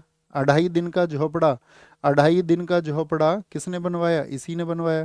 संस्कृत विद्यालय जो था आपका, उसको तोड़ करके अजमेर में, संस्कृत का एक विद्यालय था जो उसको बनवाया था आपका, अजमेर के एक शासक थे विग्रहराज फोर्थ, और उनके ही दरबारी कवि थे आपका हरिकेल। तो उनके संस्कृत के नाटक लिखे हुए थे, लेकिन इसने उसको तुड़वा दिया, तुड़वा दिया। और क्या बना दिया, 60 घंटे में, यानी 2.5 दिन में बना दिया, 2.5 दिन में बना दिया। कुतुब मीनार के लिए किसको जाना जाएगा, बताओ फटाफट से, इसी को जाना जाएगा। कुतुब मीनार किसकी याद में बनवाई थी इसने कुतुब मीनार, तो याद रखना बख्तियार काकी की याद में। किसकी याद में, बख्तियार काकी की याद में। एक सूफी, सूफीज्म से संबंधित एक व्यक्ति थे, एक आपका सूफी परंपरा के एक व्यक्ति थे काकी, बख्तियार काकी, उसकी याद में बनवाई। निम्नलिखित में से किस इतिहासकार ने इल्तुतमिश को भारत में मुस्लिम साम्राज्य का वास्तविक संस्थापक माना है, तो वो इतिहासकार है आरपी त्रिपाठी। कौन है, आरपी त्रिपाठी। ठीक है, इल्तुतमिश, इल्तुतमिश मुझे बताओ कहाँ पर गवर्नर था, इल्तुतमिश गवर्नर कहाँ पर था, तो ये बदायूं का गवर्नर था। कहाँ का था, बदायूं का गवर्नर था। और इसने भारत में कौन सी चीज़ों को जन्म दिया था, एक तो सिक्के इसके कौन कौन से थे, वो एग्जाम में कभी मत भूलना। सिक्के, सिक्के इसके कौन कौन से थे बताना। एक तो इसने टंका जारी कराया था, टंका किस चीज़ का बना हुआ था, और एक जीतल जारी कराया था, जीतल किसका बना हुआ था, तो टंका तो बना हुआ था चांदी का 175 ग्रेन का, और जीतल बना हुआ था आपका, जीतल बना हुआ था तांबे का। और साथ ही इसने भारत में मकबरा शैली का जनक है, ये नहीं है, हाँ जी, मकबरा शैली का जनक, क्योंकि इसने अपने बेटे का, पुत्र का फादर ऑफ टॉम्ब स्टाइल, क्या बोलोगे, क्योंकि इसने अपने बेटे का मकबरा बनवाया था। इसके बेटे का नाम क्या है, इसके बेटे का नाम था नसरुद्दीन महमूद, और नसरुद्दीन महमूद की याद में इसने बनवाया सुल्तानगढ़ी का मकबरा। सुल्तानगढ़ी का मकबरा कहाँ पर स्थित है, बहुत क्वेश्चन पूछा जाता है, बताओ जी। सुल्तानगढ़ी का मकबरा इसी ने बनवाया था सबसे पहले अपने बेटे की याद में। तो सुल्तानगढ़ी का मकबरा है आपका नई दिल्ली में भाई साहब, कहाँ पर है भैया जी, नई दिल्ली में स्थित है सुल्तानगढ़ी का मकबरा, याद रखना। सुल्तानगढ़ी का मकबरा नई दिल्ली में स्थित है। एक पूछा जाएगा आपसे, इल्तुतमिश को किसके लिए जाना जाता है, एकता प्रथा के लिए। एकता प्रथा में एकता का क्या अर्थ है, एकता का क्या मतलब है भैया जी, जमीन का टुकड़ा है, जमीन का टुकड़ा। अगर थ्योरी में मैं आपको पढ़ा चुका हूँ मेडावल हिस्ट्री, सारा मेडावल हिस्ट्री पढ़ चुके हो तुम, फिर तुम्हारे लिए ऐसी चीजें होंगी, एक नाखून के बराबर चीजें होंगी तुम्हारे लिए। एकता प्रथा जमीन का टुकड़ा है जी, जमीन का टुकड़ा होगा, जमीन का टुकड़ा होगा, याद रख लेना, ठीक है। इसका वजीर कौन था इल्तुतमिश का, वजीर था इसका निजामुद्दीन जुनैदी, बहुत पूछा जाता है इसका नाम भी, निजामुद्दीन जुनैदी इसका वजीर था, निजामुद्दीन जुनैदी, निजामुद्दीन जुनैदी था, ठीक है, ये बात याद रख लेना। अगर मैं आपसे पूछूं कि ये जो आपका इल्तुतमिश ने शासन किया, जैसे ऐबक ने किया 1206 से 10 तक, इसका शासन कब से है, 1211 से 36 तक है। और 36 में कौन आ गई थी, इसकी बेटी आ गई थी। तो 1236 से 40 किसका शासन रहा, बताओ जी। पहली महिला सुल्तान बनी थी रजिया, रजिया सुल्तान, पहली महिला सुल्तान है रजिया बेगम। क्या बोलोगे, रजिया, रजिया बेगम क्या थी, आपका पहली सुल्तान थी रजिया बेगम। और रजिया बेगम के समय पर आपका इसके पिता ने एक संगठन बना रखा था, कौन सा, जो इसके खिलाफ हो गया था, तुर्क चहलगानी। तो तुर्क चहलगानी में कितने तुर्क सरदार थे, कितने आदमी थे रे सांभा, बताओ, तुर्क चहलगानी तुर्क चहलगानी में कितने सदस्य थे? तो 40 मेंबर होते थे, 40 सदस्य होते थे। यही इसके खिलाफ हुए बाद में कि भाई एक महिला कैसे, महिला आगे जाएंगी तो दिक्कत होगी ना। रूढ़िवादी पुरुषों को हमेशा होती है, वो महिलाओं को आगे जाना देना ही नहीं चाहते, क्योंकि उनके दिमाग में कचरा भर रखा किसी ने। तो 1236 से 40, तो रजिया बेगम उन्हीं 40 सरदारों में से किसने कैद कर ली थी? बताइए फटाफट से, किसने कैद की थी? तो रजिया को जो कैद किया था, रजिया को जो कैद किया था वो किया था अल्तुनिया ने। किसने? अल्तुनिया ने। और कैद करके कहाँ पे रख लिया था इसको? किलाए मुबारक। तो मेरा क्वेश्चन आपसे ये है कि रजिया को कैद किया गया किलाए मुबारक में, और किलाए मुबारक कहाँ पर स्थित है? तो वो तबर हिंद में स्थित है, भटिंडा पंजाब में। कहाँ पर है? तबर हिंद भटिंडा पंजाब में वो स्थित है, पंजाब में वो स्थित है, ठीक है। तबर हिंद भटिंडा पंजाब में वो स्थित है। अच्छा, और क्या सोच सकते हैं यहाँ पर? रजिया बेगम कुछ नहीं सोच सकते, इसका आशिक कभी नहीं पूछा जाएगा। मलिक याकूत, वो एक अब्सीनियाई गुलाम था। 1236 से 40 हो गया। रजिया सुल्तान, और तुम बताओ क्या पूछा? कि क्वेश्चन और आता था रजिया से, हम क्यों कंफ्यूज हो गए यहाँ पर? रजिया सुल्तान, हाँ, वो एक इतिहासकार का नाम। किस इतिहासकार ने ये कहा था कि रजिया अगर स्त्री ना होती तो उसका नाम भी भारत के बेहतरीन शासकों में लिया जाता? तो वो है मिनहाज उस सिराज। तो इसका इल्तुतमिश का दरबारी कवि था वो। तो बहुत बार पूछा जाता है इल्तुतमिश का जो कोर्ट पाइट था वो कौन था? इल्तुतमिश का जो कोर्ट हिस्टोरियन था, इस नाम से भी पूछ लेता है। जो दरबारी कवि था वो था मिनहाज उस सिराज। क्या क्या नाम है उसका? मिनहाज उस सिराज। और इसकी बुक का क्या नाम है बताओ? इसमें ही लिखा है इसने इसके बारे में, दिल्ली सल्तनत के बारे में, रजिया के बारे में। इसकी किताब का नाम है तबकात ए नासिरी। क्या बोलोगे?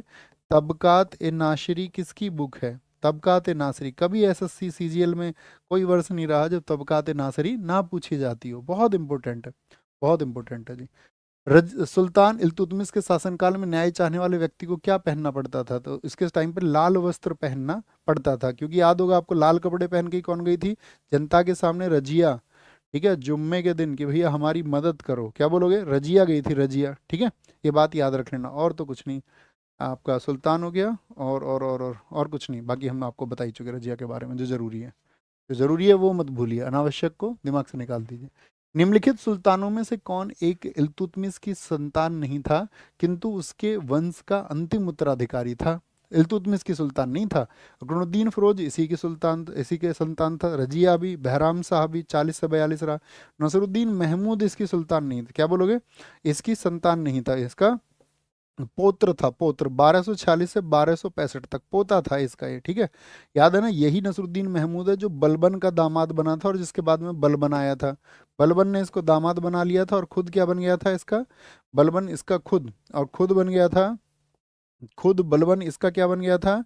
इसका खुद नायब मुमलिकात। तो मुमलिकात याद रख लो, मुमलिकात उस समय एक प्रधानमंत्री का पद होता था। खुद मुमलिकात बन गया बलबन, खुद मुमलिकात बन गया था आपका कौन? बलबन। किसकी जगह पर? आपका नसरुद्दीन महमूद की जगह। और नसरुद्दीन महमूद इसको बोलते हैं आपका, क्या बोलेंगे इसको? दिल्ली सल्तनत का औरंगजेब। क्यों? कौन सी ऐसी एक्टिविटी थी जो सेम थी औरंगजेब की जैसी? बताओ। दिल्ली सल्तनत का औरंगजेब कहने के पीछे इसको क्या कारण थे? तो ये थे कारण, क्योंकि ये भी औरंगजेब की तरह मतलब बहुत खर्चे नहीं करता था, और ये टोपी सीता था आपका, टोपी सीकर अपना जीवन व्यतीत करता था। टोपी सीकर, टोपी सीकर के अपना जीवन ये क्या करता था? व्यतीत करता था, ठीक है भैया जी। निम्नलिखित में से कौन सा कथन हिंद महासागर के संबंध में सही नहीं है? हिंद महासागर के संबंध में सर, श्री भगवत गीता जी कौन से पब्लिकेशन और राइटर से लेनी चाहिए? मुझे पता है, मुझे नहीं पूछना चाहिए, मुझे माफ करना, पर आप बता दो। दोस्त, किसी भी पब्लिकेशन की ले लो, सभी एक जैसी हैं। बात ये है ना, कौन सी गीता पढ़ोगे? श्रीमद् भगवत गीता जी पढ़ लो, जो भगवान श्री कृष्ण ने संवाद दिया अर्जुन को, वो पढ़ लो। वो तो मिल ही जाएंगे आपको, वो लेना यथारूप। या फिर एक अष्टावक्र गीता है, जो अष्टावक्र जानते हो, जो 8 जगह से मुड़े हुए थे, जिन्होंने राजा आपका जनक से बातचीत की, उनको ज्ञान दिया। एक अष्टावक्र गीता, वो भी पढ़ सकते हो, लेकिन डिफरेंट डिफरेंट है दोनों, है ना, ये बात याद रख लेना। और भी फिर तो बहुत सारी गीता है। कोई भी गीता, स्वामी विवेकानंद जी ने जो उस पर दृष्टि डाली है वो पढ़ सकते हो। और लेकिन सबसे इम्पोर्टेंट चीज़ तुम्हें मैं बताऊँ, अगर तुम गीता पढ़ना चाहते हो सच में, थम्स अप करो पहले कि जानना चाहते हो। मतलब गीता का जो पहला श्लोक है, जो शुरू होता है, तो वो शुरू होता है, अब मैं मतलब तुम 2 मिनट ले लो, वो शुरू होता है साथी इस एक बात से, मुझे बताइए, जब अर्जुन मतलब भयभीत है।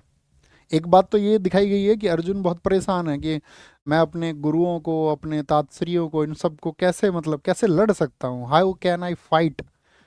तो मुझे एक बात बताइए, जब भगवान श्री कृष्ण उसको सांत्वना देते हैं, क्या उसका हाथ पकड़ते हैं, कहते हैं नहीं बच्चा, कोई नहीं, सब ठीक हो जाएगा, जैसे दुनिया तुमसे कहती है।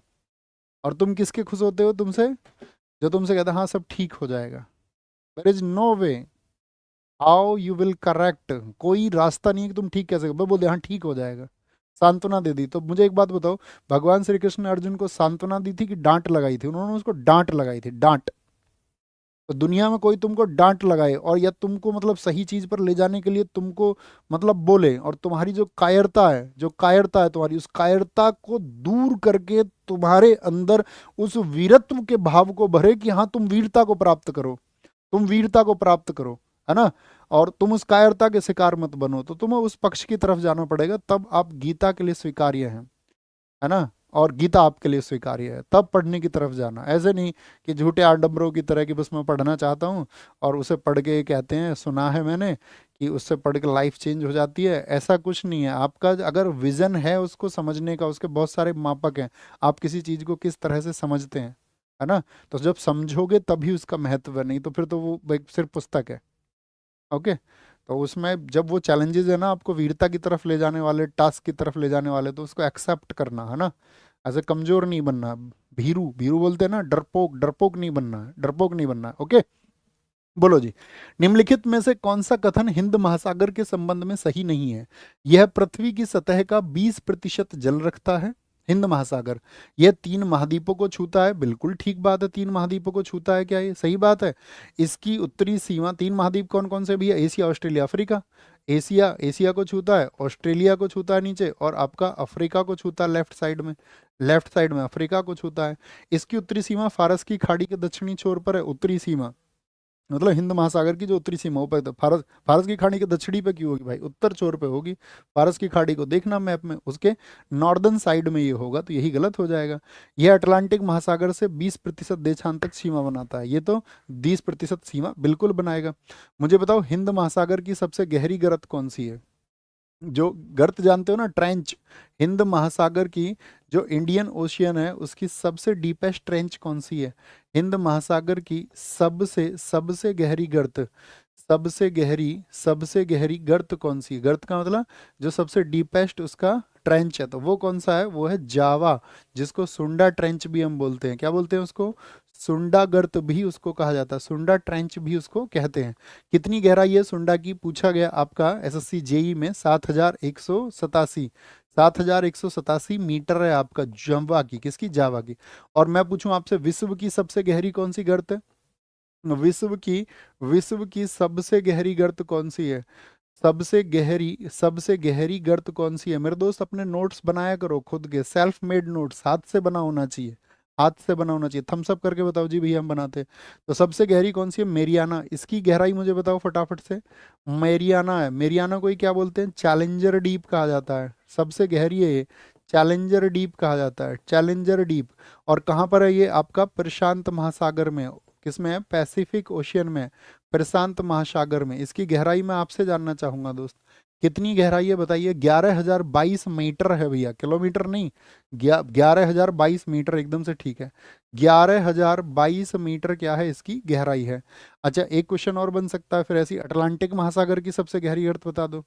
अटलांटिक महासागर की, जो अटलांटिक ओशियन है, अटलांटिक महासागर की सबसे गहरी गर्त कौन सी है बताओ जी। अटलांटिक महासागर की सबसे गहरी डीपेस्ट ट्रेंच ऑफ अटलांटिक महासागर, तो वो कौन सी हो जाएगी, वो हो जाएगी प्योर्टो रिको हो जाएगी, प्योर्टो रिको हो जाएगी, प्योर्टो रिको हो जाएगी, ठीक है, ये याद रख लेना, प्योर्टो रिको हो जाएगी।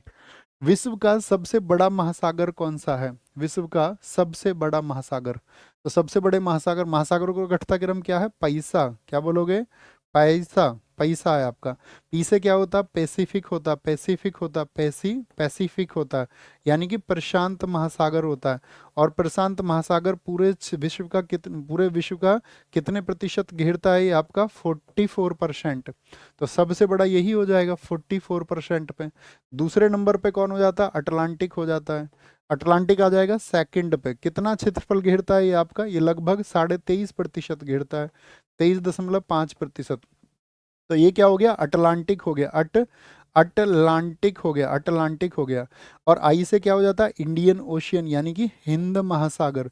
तो हिंद महासागर कितने क्षेत्रफल पे फैला हुआ है, लगभग 20% पर। क्या बोलेंगे, लगभग 20% पर, 19.5 से 20 करेक्ट मान लेते हैं। और चौथा कौन सा होता है, दक्षिणी महासागर, यानी कि साउदर्न होता है, साउदर्न यानी कि दक्षिणी महासागर है, दक्षिणी महासागर है आपका। और आर्कटिक किस पे आ जाएगा, ये फिफ्थ पे आ जाता है, फिफ्थ पे आ जाता है, ये आपका कुल ही 4.3% पर है। तो ये क्या आ जाता है आपका, आर्कटिक हो जाता है, आर्कटिक। मुझे बताओ एस आकार का कौन सा है, एस आकार का कौन सा ओशियन है, एस आकार किस ओशियन का है, किस महासागर का है।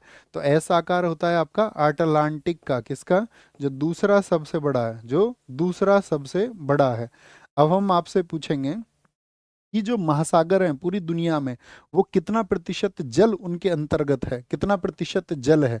तो क्या बोल देंगे, महासागर, महासागर कितने प्रतिशत हिस्से पर है, ये बोल दो या सीधे सीधे, महासागर कितने प्रतिशत हिस्से पर है, कितने कितने प्रतिशत हिस्से पर है, कितने प्रतिशत हिस्से पर, पहले ये बताओ कितने प्रतिशत हिस्से पर होंगे महासागर। तो ये पूरी दुनिया के लगभग 75% हिस्से पर है। एक पूछा जाता है उत्तरी गोलार्ध में कितने महासागर हैं, साउथ गोलार्ध में, तुलना में भी पूछ लेता है। तो साउथ में तो 80% घेरा हुआ है, और नॉर्थ में लगभग 60% घेरा हुआ है, कितना, 60%। मुझे बताओ इन सारे महासागरों में से रिंग ऑफ फायर कहाँ पैदा होते हैं, अग्निवलय जिनको हम बोलते हैं, अग्निवलय, रिंग ऑफ फायर, अग्निवलय।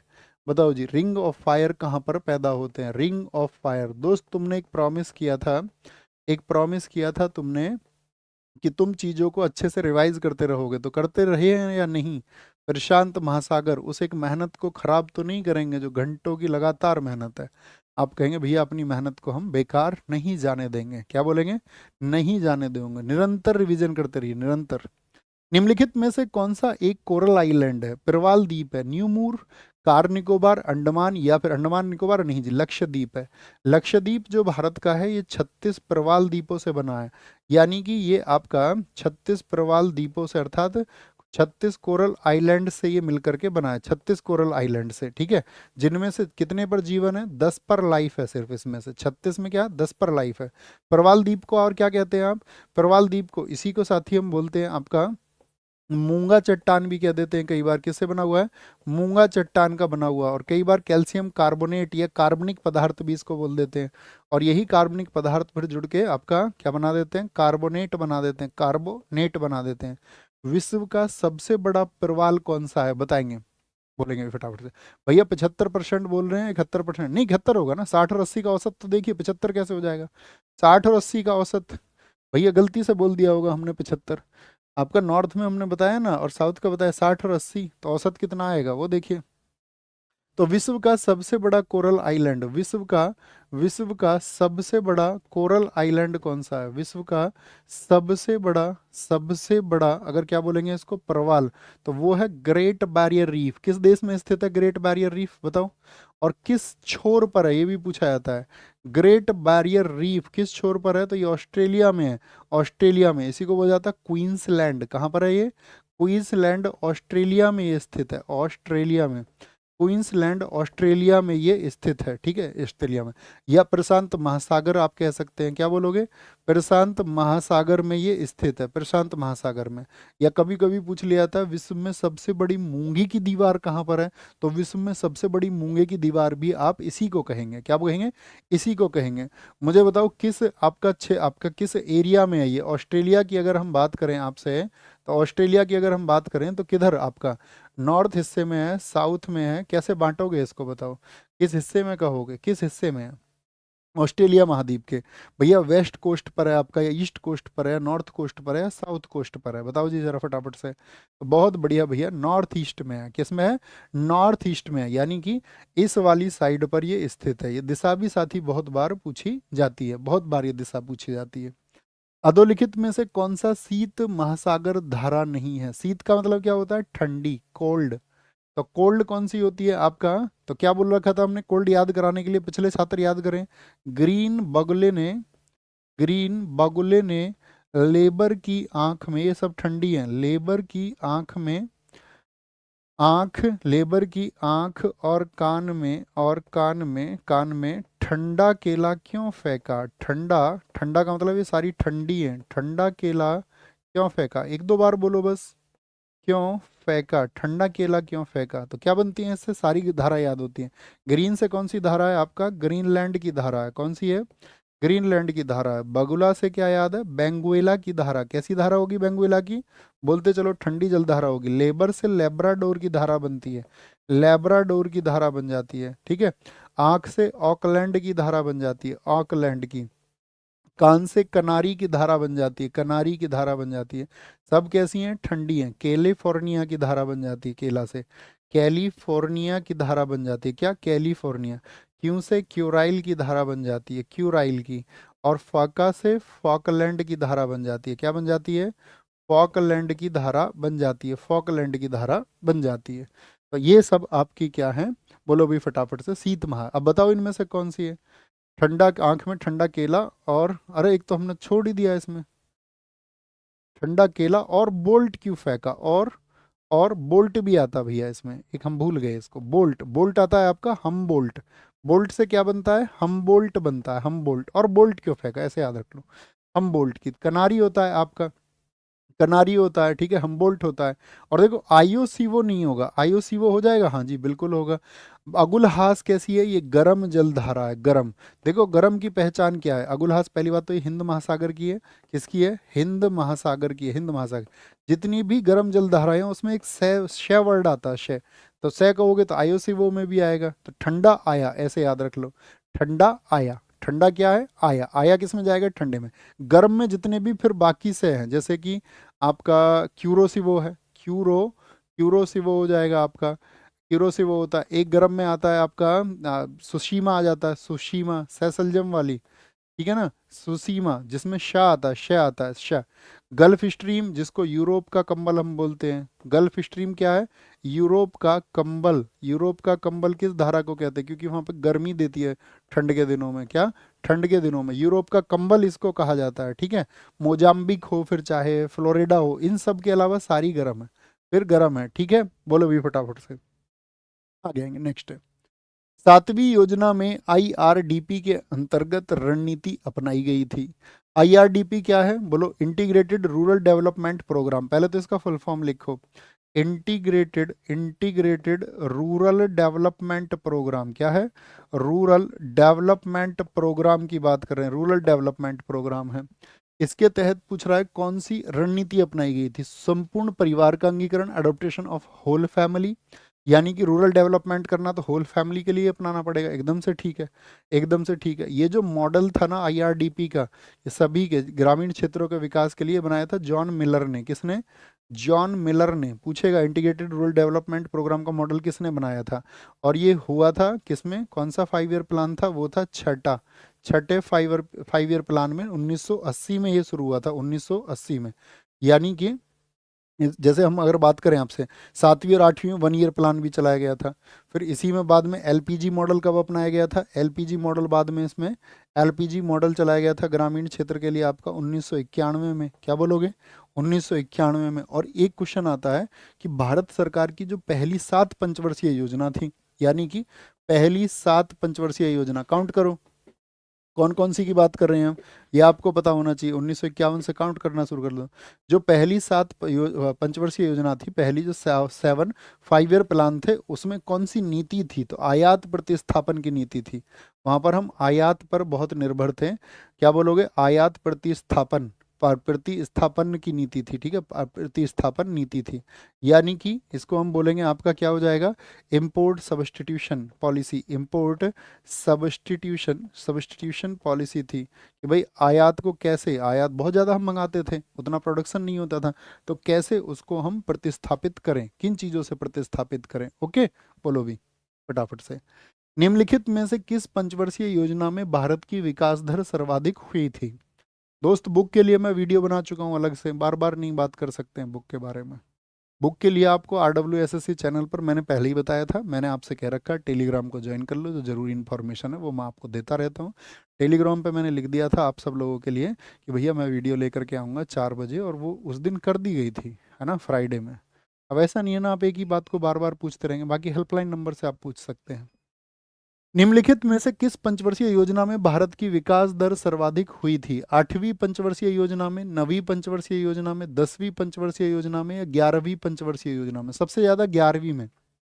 इसका लक्ष्य भी बहुत पूछा जाता है कि कैसे प्राप्त किया, तो तीव्र गति से वृद्धि के साथ समावेशी विकास। तीव्र गति से, ये उसका उद्देश्य था, तीव्र गति से वृद्धि के साथ में समावेशी विकास भी होना चाहिए। क्या, समावेशी विकास ये 11वीं पंचवर्षीय योजना में था। यानी कि इंक्लूसिव ग्रोथ, क्या दिया गया, inclusive growth inclusive growth with rapid growth, ये दिया गया है इसमें, याद रख लेना, ठीक है, रैपिड ग्रोथ। क्योंकि इसमें बहुत सारी योजनाएं थी, देश में 30 आपका जो सेंट्रल यूनिवर्सिटी थी, सेंट्रल यूनिवर्सिटी की 8 IIT की बात थी इसमें, 8 इंडियन इंस्टीट्यूट ऑफ टेक्नोलॉजी की बात थी, ठीक है, रोजगार अवसर ये देगी सबसे ज्यादा, ये बात थी इसमें। और यहाँ पर याद रखिए 11वीं पंचवर्षीय योजना का कार्यकाल कौन बता सकता है फटाफट से, 11वीं का बोलो भी फटाफट से। अगर हम आपसे पूछे 12वीं तो पूरी हो ही नहीं पाई थी, क्योंकि 12वीं कब से कब तक थी, 12वीं होनी तो थी 2012 से 17, 2012 से 17 होनी थी, लेकिन ये क्या बोलेंगे, इसकी जगह क्या आ गया था 2015 में, आज ही हमने बताया 2015 में नीति आयोग आ गया था। क्या आ गया था 2015 में, national institute for transforming India आ गया था, ट्रांसफॉर्मिंग इंडिया आ गया था। ओके, तो 11वीं पंचवर्षीय योजना में सबसे ज्यादा वृद्धि हुई थी 7.8% की। 10वीं में 7% रह गई थी, 9वीं में 5% थी, 8वीं में आपका 6% थी। भारत में योजना आयोग की स्थापना किस वर्ष में हुई थी। योजना आयोग हमने आज ही बता दिया आपको, 1950 में हुई थी, 1950 में। हाँ, हम आपसे पूछ रहे थे इसके पहले उपाध्यक्ष कौन थे, बताओ जरा फटाफट से। पहले उपाध्यक्ष, पहले अध्यक्ष तो 1950 में नेहरू जी थे, लेकिन पहले उपाध्यक्ष कौन थे, तो वो थे गुलजारी लाल नंदा, गुलजारी लाल नंदा। और 2015 में दोस्त ये खत्म हो गया, 2015 में नीति आ गया इसकी जगह, तो एक अंतिम उपाध्यक्ष भी तो रहे होंगे। अंतिम उपाध्यक्ष, भाई अंतिम अध्यक्ष तो आपका, क्योंकि ये मोदी जी के टाइम पे हुआ तो अंतिम अध्यक्ष तो मोदी जी रहे, तो अंतिम उपाध्यक्ष कौन थे, मोंटेक सिंह अहलूवालिया। कौन थे, मोंटेक सिंह अहलूवालिया थे, मोंटेक सिंह अहलूवालिया थे। और ये कैसी संस्था है एक बताओ, योजना आयोग। तो योजना आयोग थी आपका, योजना आयोग थी एक संविधानेतर संस्था। कैसी, एक्स्ट्रा कॉन्स्टिट्यूशनल बॉडी थी, संविधानेतर संस्था, संविधानेतर संस्था थी। एक क्वेश्चन पूछा जाता है, नेशनल डेवलपमेंट काउंसिल NDC का गठन कब हुआ था, बोलो भी फटाफट से। NDC का गठन कब हुआ था, NDC, नेशनल डेवलपमेंट काउंसिल, राष्ट्रीय विकास परिषद, राष्ट्रीय विकास परिषद जो कि नई दिल्ली में है, ये कब बनी थी, राष्ट्रीय विकास परिषद बनी थी आपका कब, 1952 में बनी थी, 1952 में बनी थी, 6 अगस्त 1952 में बनी थी, 1952 में बनी थी, 1952 में। ओके, नेक्स्ट, विरलीकरण होता है जहां हवा का दाब होता है। रेयरफेक्शन कहाँ पर होता है, तो रेयरफेक्शन होगा जहां हवा का दबाव होगा लो, कम दबाव होगा। जैसे ही हवा का दाब ऊंचा हो जाएगा तो वहां पर सघनता आ जाएगी। क्या आ जाएगी वहां पर सघनता आ जाएगी, यानी कि डेंसिटी आ जाएगी, आपका डेंसिटी बढ़ जाएगी, डेंसिटी। अच्छा, जहां वायु दाब ऊंचा होगा तो सघनता आने से क्या होगा बताओ। जहां, अगर मैं आपसे पूछ लूं, वायु दाब ऊंचा होगा यानी एयर प्रेशर जो होगा वो हाई हो जाए, जहां वायु दाब हो जाए आपका उच्च, जहां वायु दाब उच्च हो जाए तो वहां पर क्या होता है, हमेशा संपीड़न बनते हैं, याद रख लेना, संपीड़न का निर्माण होता है वहां पर। और संपीड़न जो बनते हैं उनको बोलते हैं कंप्रेशन। संपीड़न क्या होता है, कंप्रेशन होता है, कंप्रेशन का निर्माण होगा, ठीक है, संपीड़न अर्थात कंप्रेशन का निर्माण होगा। और जितनी भी हमारी अनुदैर्घ्य तरंगे होती हैं, अनुदैर्घ्य तरंगे बोले तो उदाहरण बताओ अनुदैर्घ्य तरंग का, जिनका फिजिक्स अच्छा है वो सब बोले। यानी जितनी भी हमारी लॉन्गिट्यूडनल वेव्स होती हैं, लॉन्गिट्यूडनल वेव्स होती हैं, यानी कि लॉन्गिट्यूडनल वेव्स की हम बात कर रहे हैं, तो उन सभी में क्या होगा, लॉन्गिट्यूडनल वेव्स में क्या होता है, एक तो संपीड़न यानी कि वायुदाब उच्च, और जो विरलन है यानी कि वायुदाब निम्न, ये दोनों होते हैं। क्या होता है, अनुदैर्घ्य तरंगों में क्या बोलोगे, संपीड़न प्लस विरलन दोनों होते हैं। संपीड़न प्लस विरलन अर्थात आपका कंप्रेशन और रेयरफैक्शन दोनों होते हैं अनुदैर्घ्य तरंगों में, दोनों होते हैं, दोनों होते हैं। बोलो भी फटाफट से। बहुत गर्मी है, फोन एकदम गर्म हो गया है, बहुत बढ़िया, वेरी गुड, ये तो बड़ा काम का चीज होगा। तीन तत्वों का कौन सा समुच्चय डोबेनाइनर त्रिक बनाता है? बच्चों पढ़ते समय अतिरिक्त समय नहीं गवाना, हम खुद ही तुम्हारा समय इतना गवा देते हैं खुद ही, है ना। तीन तत्वों का कौन सा समुच्चय डोबेनाइडर, डोबेनाइडर क्या कहता है, डोबेनाइडर कहता है आपका जैसे कि एल आई एन ए के, ये बहुत इंपॉर्टेंट, लिथियम सोडियम और पोटेशियम, ये क्या कहता है, जैसे लिथियम है सोडियम है और आपका पोटेशियम है। तो लिथियम क्या होता है, हाइड्रोजन हीलियम लिथियम 3Al6, तो इसका परमाणु द्रव्यमान 6 होता है। सोडियम का क्या होता है, 11N23 होता है, 23 होता है। और पोटेशियम का क्या होता है आपका 19 Ca, 19 आपका के, ये कितना होता है आपका 40 होता है, 40 होता है। ठीक है, ये 3 होता है और ये 11 होता है। तो ये क्या कहता है, ये कहता है कि अगर पहले और तीसरे का जो एटॉमिक मास है, एटॉमिक मास कितना हो गया, उनका योग कर लो, यानी 40 प्लस कितना हो गया, 6 हो गया, 46।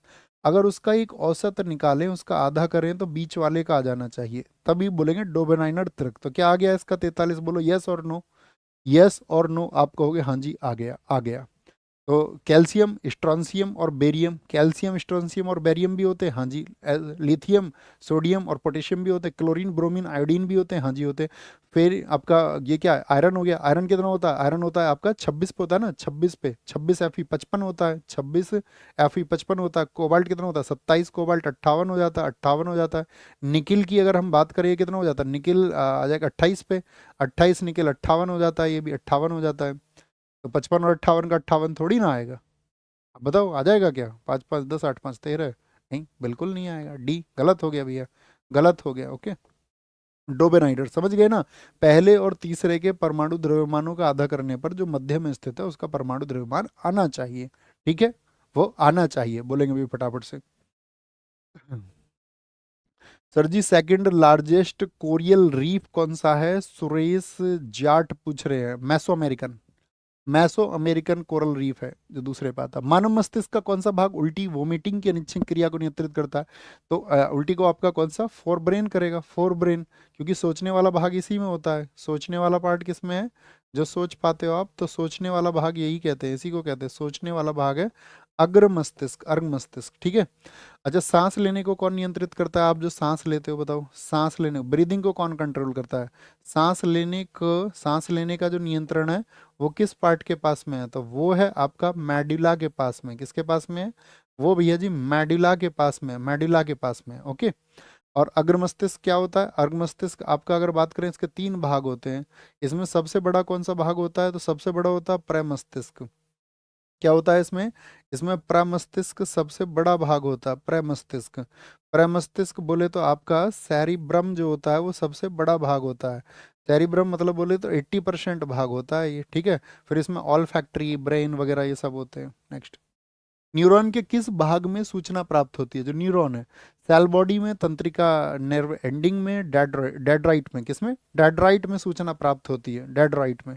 और न्यूरॉन पूछे तो न्यूरॉन क्या है, ये जो हमारा साथी आपका तंत्रिका तंत्र होता है, यानी कि जो न्यूरॉन सिस्टम है उसकी मूलभूत इकाई ये है, फंडामेंटल यूनिट क्या है, मूलभूत इकाई, इसकी क्या बोलेगा, fundamental unit of nervous system is क्या बोलोगे, न्यूरॉन, न्यूरॉन। और जो इन्फॉर्मेशन हमको मिलेंगे तो वो किस में मिलेंगे, डेड्राइट में मिलेंगे, और डेड्राइट ही सूचना का आदान प्रदान फिर करेगा, क्या बोलेंगे, वो न्यूरॉन काम करता है किसके थ्रू, डेड्राइट के थ्रू काम करता है। हाल ही में वन मैन ऑफिस पहल किसके द्वारा शुरू की गई है, वन मैन ऑफिस, एक आदमी का ऑफिस, एलआईसी। एलआईसी मेरे प्यारे दोस्त मैंने तुम्हें बताया था कि ये किस वर्ष स्थापित हुआ था, ईयर बताना है, बोलेंगे फटाफट से, किसके लिए कह रहे हैं जीएस, ऊपर दिखाओ, बोलो भी फटाफट से। वो कर दिया साथी, वो हो चुकी है क्लास, शुरू हैं, वहाँ करिए क्लासेस को। वन मैन ऑफिस पहल किसके द्वारा शुरू की गई है? एलआईसी के द्वारा, एलआईसी के द्वारा उसको शुरू किया गया है। किस वर्ष में? 1956। जिनको नहीं पता वो लिखे sir 1956 I think. Yes, you are thinking right. BIMSTEC युवा शिखर सम्मेलन कहाँ आयोजित किया गया? पहले तो मुझे बताओ बिम्स्टेक का पूरा नाम क्या होता है? Bay of Bengal initiative for multi sectoral technical economic cooperation. क्या बोलोगे? Bay of Bengal initiative for multi sectoral technical and economic cooperation. यानी जो bay of Bengal, bay of Bengal मतलब तो बंगाल की खाड़ी के जितने भी देश हैं, जितने भी देश हैं, बे ऑफ बंगाल। इनिशिएटिव का मतलब होता है पहल, initiative for multi sectoral, multi sectoral का मतलब होता है बहुपक्षीय, क्या होता है? और आपका टेक्निकल एंड इकोनॉमिक, टेक्निकल का मतलब आपका तकनीकी, तकनीक के साथ में, और इकोनॉमिक अर्थात आर्थिक सहयोग के लिए।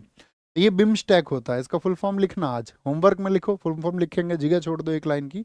तो बिम्स्टेक की स्थापना कब हुई थी? ये हुई थी 6 जून 1997 को। हेडक्वार्टर बताओ कहाँ पर है इसका? ये आपका पूछा जाता है कौन से डिक्लेयर से आपका बैंकॉक घोषणा से इसको स्थापित किया गया था। इसका हेडक्वार्टर कहाँ पर है? हेडक्वार्टर कहाँ पर है इसका? ढाका में। कितने सदस्य हैं इसमें? ढाका में। इसमें सदस्य कितने हैं? वो 7 हैं। सातों सदस्य मैं आपको बता चुका हूँ। गुजरात के गांधीनगर में शिखर सम्मेलन आयोजित हुआ था। कहाँ पर?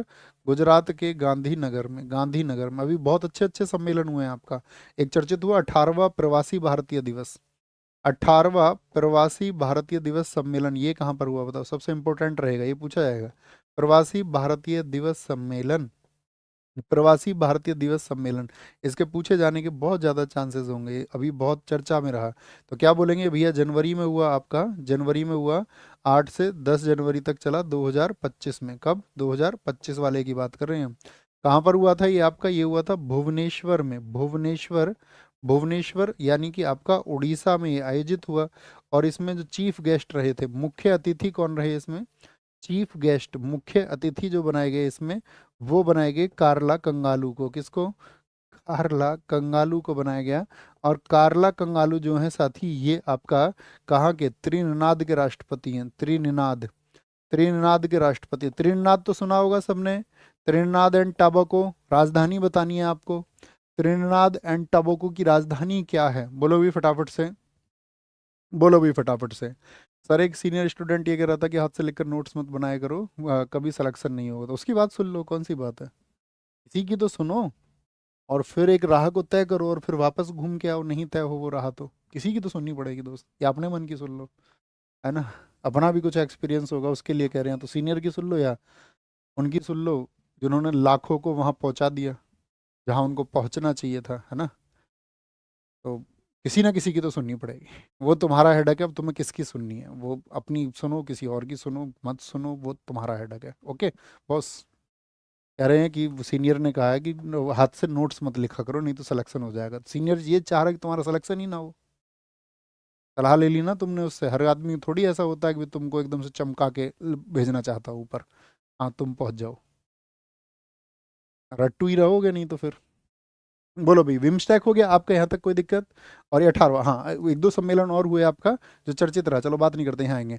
पहला संयुक्त कमांडर सम्मेलन कहाँ पर हुआ है? पहला संयुक्त कमांडर सम्मेलन, पहला संयुक्त कमांडर, कमांडर सम्मेलन, सम्मेलन कहाँ पर हुआ? पहला संयुक्त कमांडर सम्मेलन कहाँ पर हुआ है? तो वो हुआ है आपका लखनऊ में। कहाँ पर हुआ है? लखनऊ में हुआ है, लखनऊ में, ठीक है, लखनऊ में हुआ है। अगर आपसे मैं पूछ लूँ पहला एशियाई बौद्ध शिखर सम्मेलन कहाँ पर हुआ है? पहला एशियाई, एशियाई बौद्ध शिखर सम्मेलन, पहला एशियाई बौद्ध, बौद्ध शिखर सम्मेलन कहाँ पर हुआ है? बौद्ध शिखर सम्मेलन, शिखर सम्मेलन कहाँ पर हुआ है? बोलो भी फटाफट से। वो कहाँ पर हुआ है आपका? कहाँ पर हुआ है? नवंबर 1924 में हुआ था। नवंबर 2024 में हुआ, नई दिल्ली में। कहाँ पर हुआ? नई दिल्ली में वो हुआ था। अच्छा आप एक बात बताओ, आपकी लर्निंग कैपेसिटी कब ज़्यादा थी? आप खुद से सवाल करो, लर्निंग कैपेसिटी कब ज़्यादा थी आपकी? आप 10th में लंबे लंबे डेरिवेशंस याद कर लेते? आप वही हैं जिसने ऐसे याद किए थे, ऐसे याद किया था आपने या नहीं किया था? अब क्रम से विज्ञान वरदान या अभिशाप याद करने वाले कौन थे? आप ही थे। पत्र याद करने वाले कौन थे? हमारे लिए वो टिपिकल टास्क थी ना, उस टाइम पे भी बड़ा कठिन लगता था, इतनी बड़ी चीज़ कैसे याद होगी? लेकिन फिर वो धीरे धीरे क्या हो गया? फ्लो में हो गया। क्यों हुआ? उसका कारण था कि आपने चीज़ों को बार बार बोला एक तो, और एक दूसरी चीज़ क्या है, उसको आपने याद किया, और दूसरी चीज़ क्या थी, आपने उसको लिखा। ये सिर्फ जरूरी चीजें हैं, है ना, इसको फॉलो किया करो बच्चों। दुनिया भर के चक्कर में मत पड़ो, और बाकी तुम्हारी मर्जी है। हाल ही में ओपेक प्लस में कौन सा देश शामिल हुआ? अपना मोदी जी की तरह है ना, किसी दिन झोला उठा के बताओ जी, हाल ही में ओपेक प्लस में कौन सा देश शामिल हुआ? Iran, Qatar, Brazil, Argentina. तो ओपेक प्लस क्या हुआ है? ओपेक का विस्तार कर दिया गया है। इसमें जो पिछले जो 12 सदस्य थे, तो 12 सदस्य थे, उसमें अभी क्या हो गया है, 10 गैर सदस्यों को और जोड़ दिया गया। गैर कैसे जी, दुश्मन है नहीं, मतलब जो आपका ऑयल पेट्रोलियम से जुड़े हुए नहीं है। तो टोटल 22 देशों से मिलकर बना है। किससे? 22 देशों से मिलकर बना है ओपेक प्लस। ओपेक का एक विस्तार है। क्या है ये? ऑयल और oil and petroleum exporting countries जो थी, उसका ये विस्तार है। ओपेक तो जानते हो ना, ओपेक बताओ कब स्थापना हुई थी ओपेक की? तो ओपेक में कौन सा देश शामिल हुआ? Iran, Qatar, Brazil, Argentina. भैया ब्राजील हुआ है। कौन हुआ है? ब्राजील हुआ है। ओपेक की स्थापना बताओ फटाफट से। ओपेक की स्थापना कब हुई थी? 1960 में हुई थी। हेडक्वार्टर कहाँ है इसका? हेडक्वार्टर है इसका वियना में, वियना ऑस्ट्रिया में। मुझे बताओ इसके जो संस्थापक सदस्य थे वो कितने थे? इसमें जो फाउंडर्स थे, जहाँ पर तेल निकलता है, जिनकी इकोनॉमी दुनिया का 80% तेल ओपेक कंट्रीज में ही निकलता है, इसकी स्थापना हुई थी आपका जब 5 सदस्य थे संस्थापक। कौन कौन से? ईरान, ईरान था, इराक था, कौन था? ईरान, इराक, सऊदी अरब नहीं, सऊदी अरब नहीं, कुवैत था, कुवैत। कौन था? कुवैत था, कुवैत। कुवैत था आपका, यूनाइटेड अरब अमीरेट्स था, और आपका वेनेजुएला था। वेनेजुएला किसका? किसका व्यापार करते हैं ये आपका? सारे लोग किसका व्यापार करते हैं? ये तेल निर्यातक देश हैं, ऑयल एक्सपोर्टिंग कंट्रीज हैं, तेल निर्यातक देश हैं ओपेक। ओपेक तेल निर्यातक देश हैं। और कितना तेल याद रखना, दुनिया का 80% इन्हीं के पास है। दुनिया का 80% ऑयल एंड पेट्रोलियम इन्हीं के पास में है, इन्हीं के पास में, ओपेक देशों के पास में है ओपेक। और ओपेक प्लस कब बना था? जैसे ओपेक हमने बता दिया 1960 में बना, तो ओपेक प्लस कब बना था? तो ओपेक प्लस बना था 2016 में। कब बना था? 2016 में, ये भी याद रख लेना। कॉप 30 का आयोजन कहाँ पर होगा? यहाँ पर एक होमवर्क और हम आपसे कहेंगे कॉप के बारे में रिसर्च करना। ठीक है, होमवर्क कि कॉप क्या होता है। कॉप यानी कि आपका इसका फुल फॉर्म क्या होता है? कई बार एग्जाम में कॉप का फुल फॉर्म पूछा जाता है। ये क्या है? दरअसल में पर्यावरण के लिए समझौते हैं। तो इनकी एक लिस्ट देखना क्रम से कैसे हुए थे। पहला कब हुआ था? पॉक रेडी आपका पृथ्वी सम्मेलन किसको कहते हैं? स्टॉकहोम क्या है? कोटो क्या है? तो उस सब को समझते हुए जब आओगे ना कॉप 30 तक, और आपका कॉप 30 और कॉप 29, ये तो आपको पता होने चाहिए। तो सूची को पढ़ना, कहना जी भैया जरूर पढ़ेंगे, और आगे बढ़ते रहिए। एक दूसरी दोस्त हम आपको बात बता दें, जो हमारा टारगेट बैच आज से शुरू हो रहा था, टारगेट बैच आज से शुरू हो रहा था, ठीक है। उस टारगेट बैच के लिए आपका क्लास जो है आज ही 5 बजे होगी, स्टैटिक जीके की, यूट्यूब पर स्टैटिक जीके, ठीक है। जो टारगेट बैच की क्लास है आपका स्टैटिक जीके, आज हम उसमें क्लासिकल डांस, शास्त्रीय नृत्य पढ़ेंगे इसी चैनल पर। क्या पर? इसी चैनल पर पढ़ेंगे, ओके, इसी चैनल पर पढ़ेंगे। बाकी ख्याल रखिए अपना बहुत सारा, आगे बढ़ते रहिए। Thank you sir. GS Sudha book का इंग्लिश वर्जन बच्चों अभी हमने पूछा नहीं है, पूछ के बताएंगे, ठीक है। अपना ख्याल रखिए। बाकी किताब के लिए याद रख लेना, कल एक बार मिलेगी, कभी मत बोलना फ्यूचर में। 10 बजे से 4 बजे तक के बीच में आप उसको 199 में, बहुत अच्छा उसका पेज है और आसानी से आप पढ़ सकते हो। 199 उससे सस्ता कुछ हो नहीं सकता था, पॉसिबल नहीं था, लाख कोशिशों के बाद भी। और आप भी समझते होगे उस बात को, है ना। बाकी कंटेंट उसमें ये है कि पढ़ के रिव्यू जरूर करना, मेरा सवाल आपसे ये रहेगा। तो जब आप उसको पढ़ लें तो अपने साथियों को जरूर सजेस्ट करना। क्योंकि दोस्त अगर हम ये कहें कि मेरे पास इस बैच के नोट्स है, क्या मैं भैया वो बुक लूँ ना लूँ, तो मैं ये कहूँगा बुक का देखो, जो नोट्स होता है वो होता है एग्जाम ओरिएंटेड, किस परीक्षा के लिए आप पढ़ रहे हैं। तो आपका जो बैच होगा उसका नोट्स ऐसे हो सकता है, या आपने सभी परीक्षाओं के लिए एक एनालिसिस करके तैयारी करी हो, तो और आपके पास बुक खरीदने के पैसे नहीं है, तब तो फिर कोई इशू ही नहीं है ना। फिर तो आपको मेहनत करनी है, यूट्यूब वगैरह से वो जम के मेहनत करो, फिर वैसे भी होगा। ऐसा नहीं है कि उसी से होगा। लेकिन एक आपका अच्छा एक कंटेंट होता है कि जीएस का, मैं ये टॉपिक्स, बहुत सारे टॉपिक्स ऐसे होते हैं ना जो हम जनरली पढ़ते टाइम छोड़ देते हैं। आपको भी पता होगा एग्जाम्स में बहुत सारी चीज़ों का, आपको किसी एग्जाम में किसी चीज़ का महत्व है, किसी एग्जाम में किसी चीज़ का महत्व है। एसएससी के एग्जाम्स में बहुत सारी चीज़ें ऐसी हैं जो स्टेट के एग्जाम्स में नहीं पूछी जाती। स्टेट के एग्जाम्स में बहुत सारी ऐसी चीज़ें हैं जो एसएससी में नहीं पूछी जाती। तो उन दोनों का क्या कॉम्बो बने, है ना, ताकि दोनों के टॉपिक्स कवर हो पाए, और स्टूडेंट अपने हिसाब से देख ले कि मेरे सिलेबस में जीएस में से ये टॉपिक है, ये मुझे पढ़ना है। ओके, तो अपना ख्याल रखिए। बाय बाय, टेक केयर, जय हिंद, जय भारत, नमस्ते। मिलते हैं साथ ही आपका कल, और आज 5 बजे भी मिलते हैं स्टैटिक जीके में। Thank you.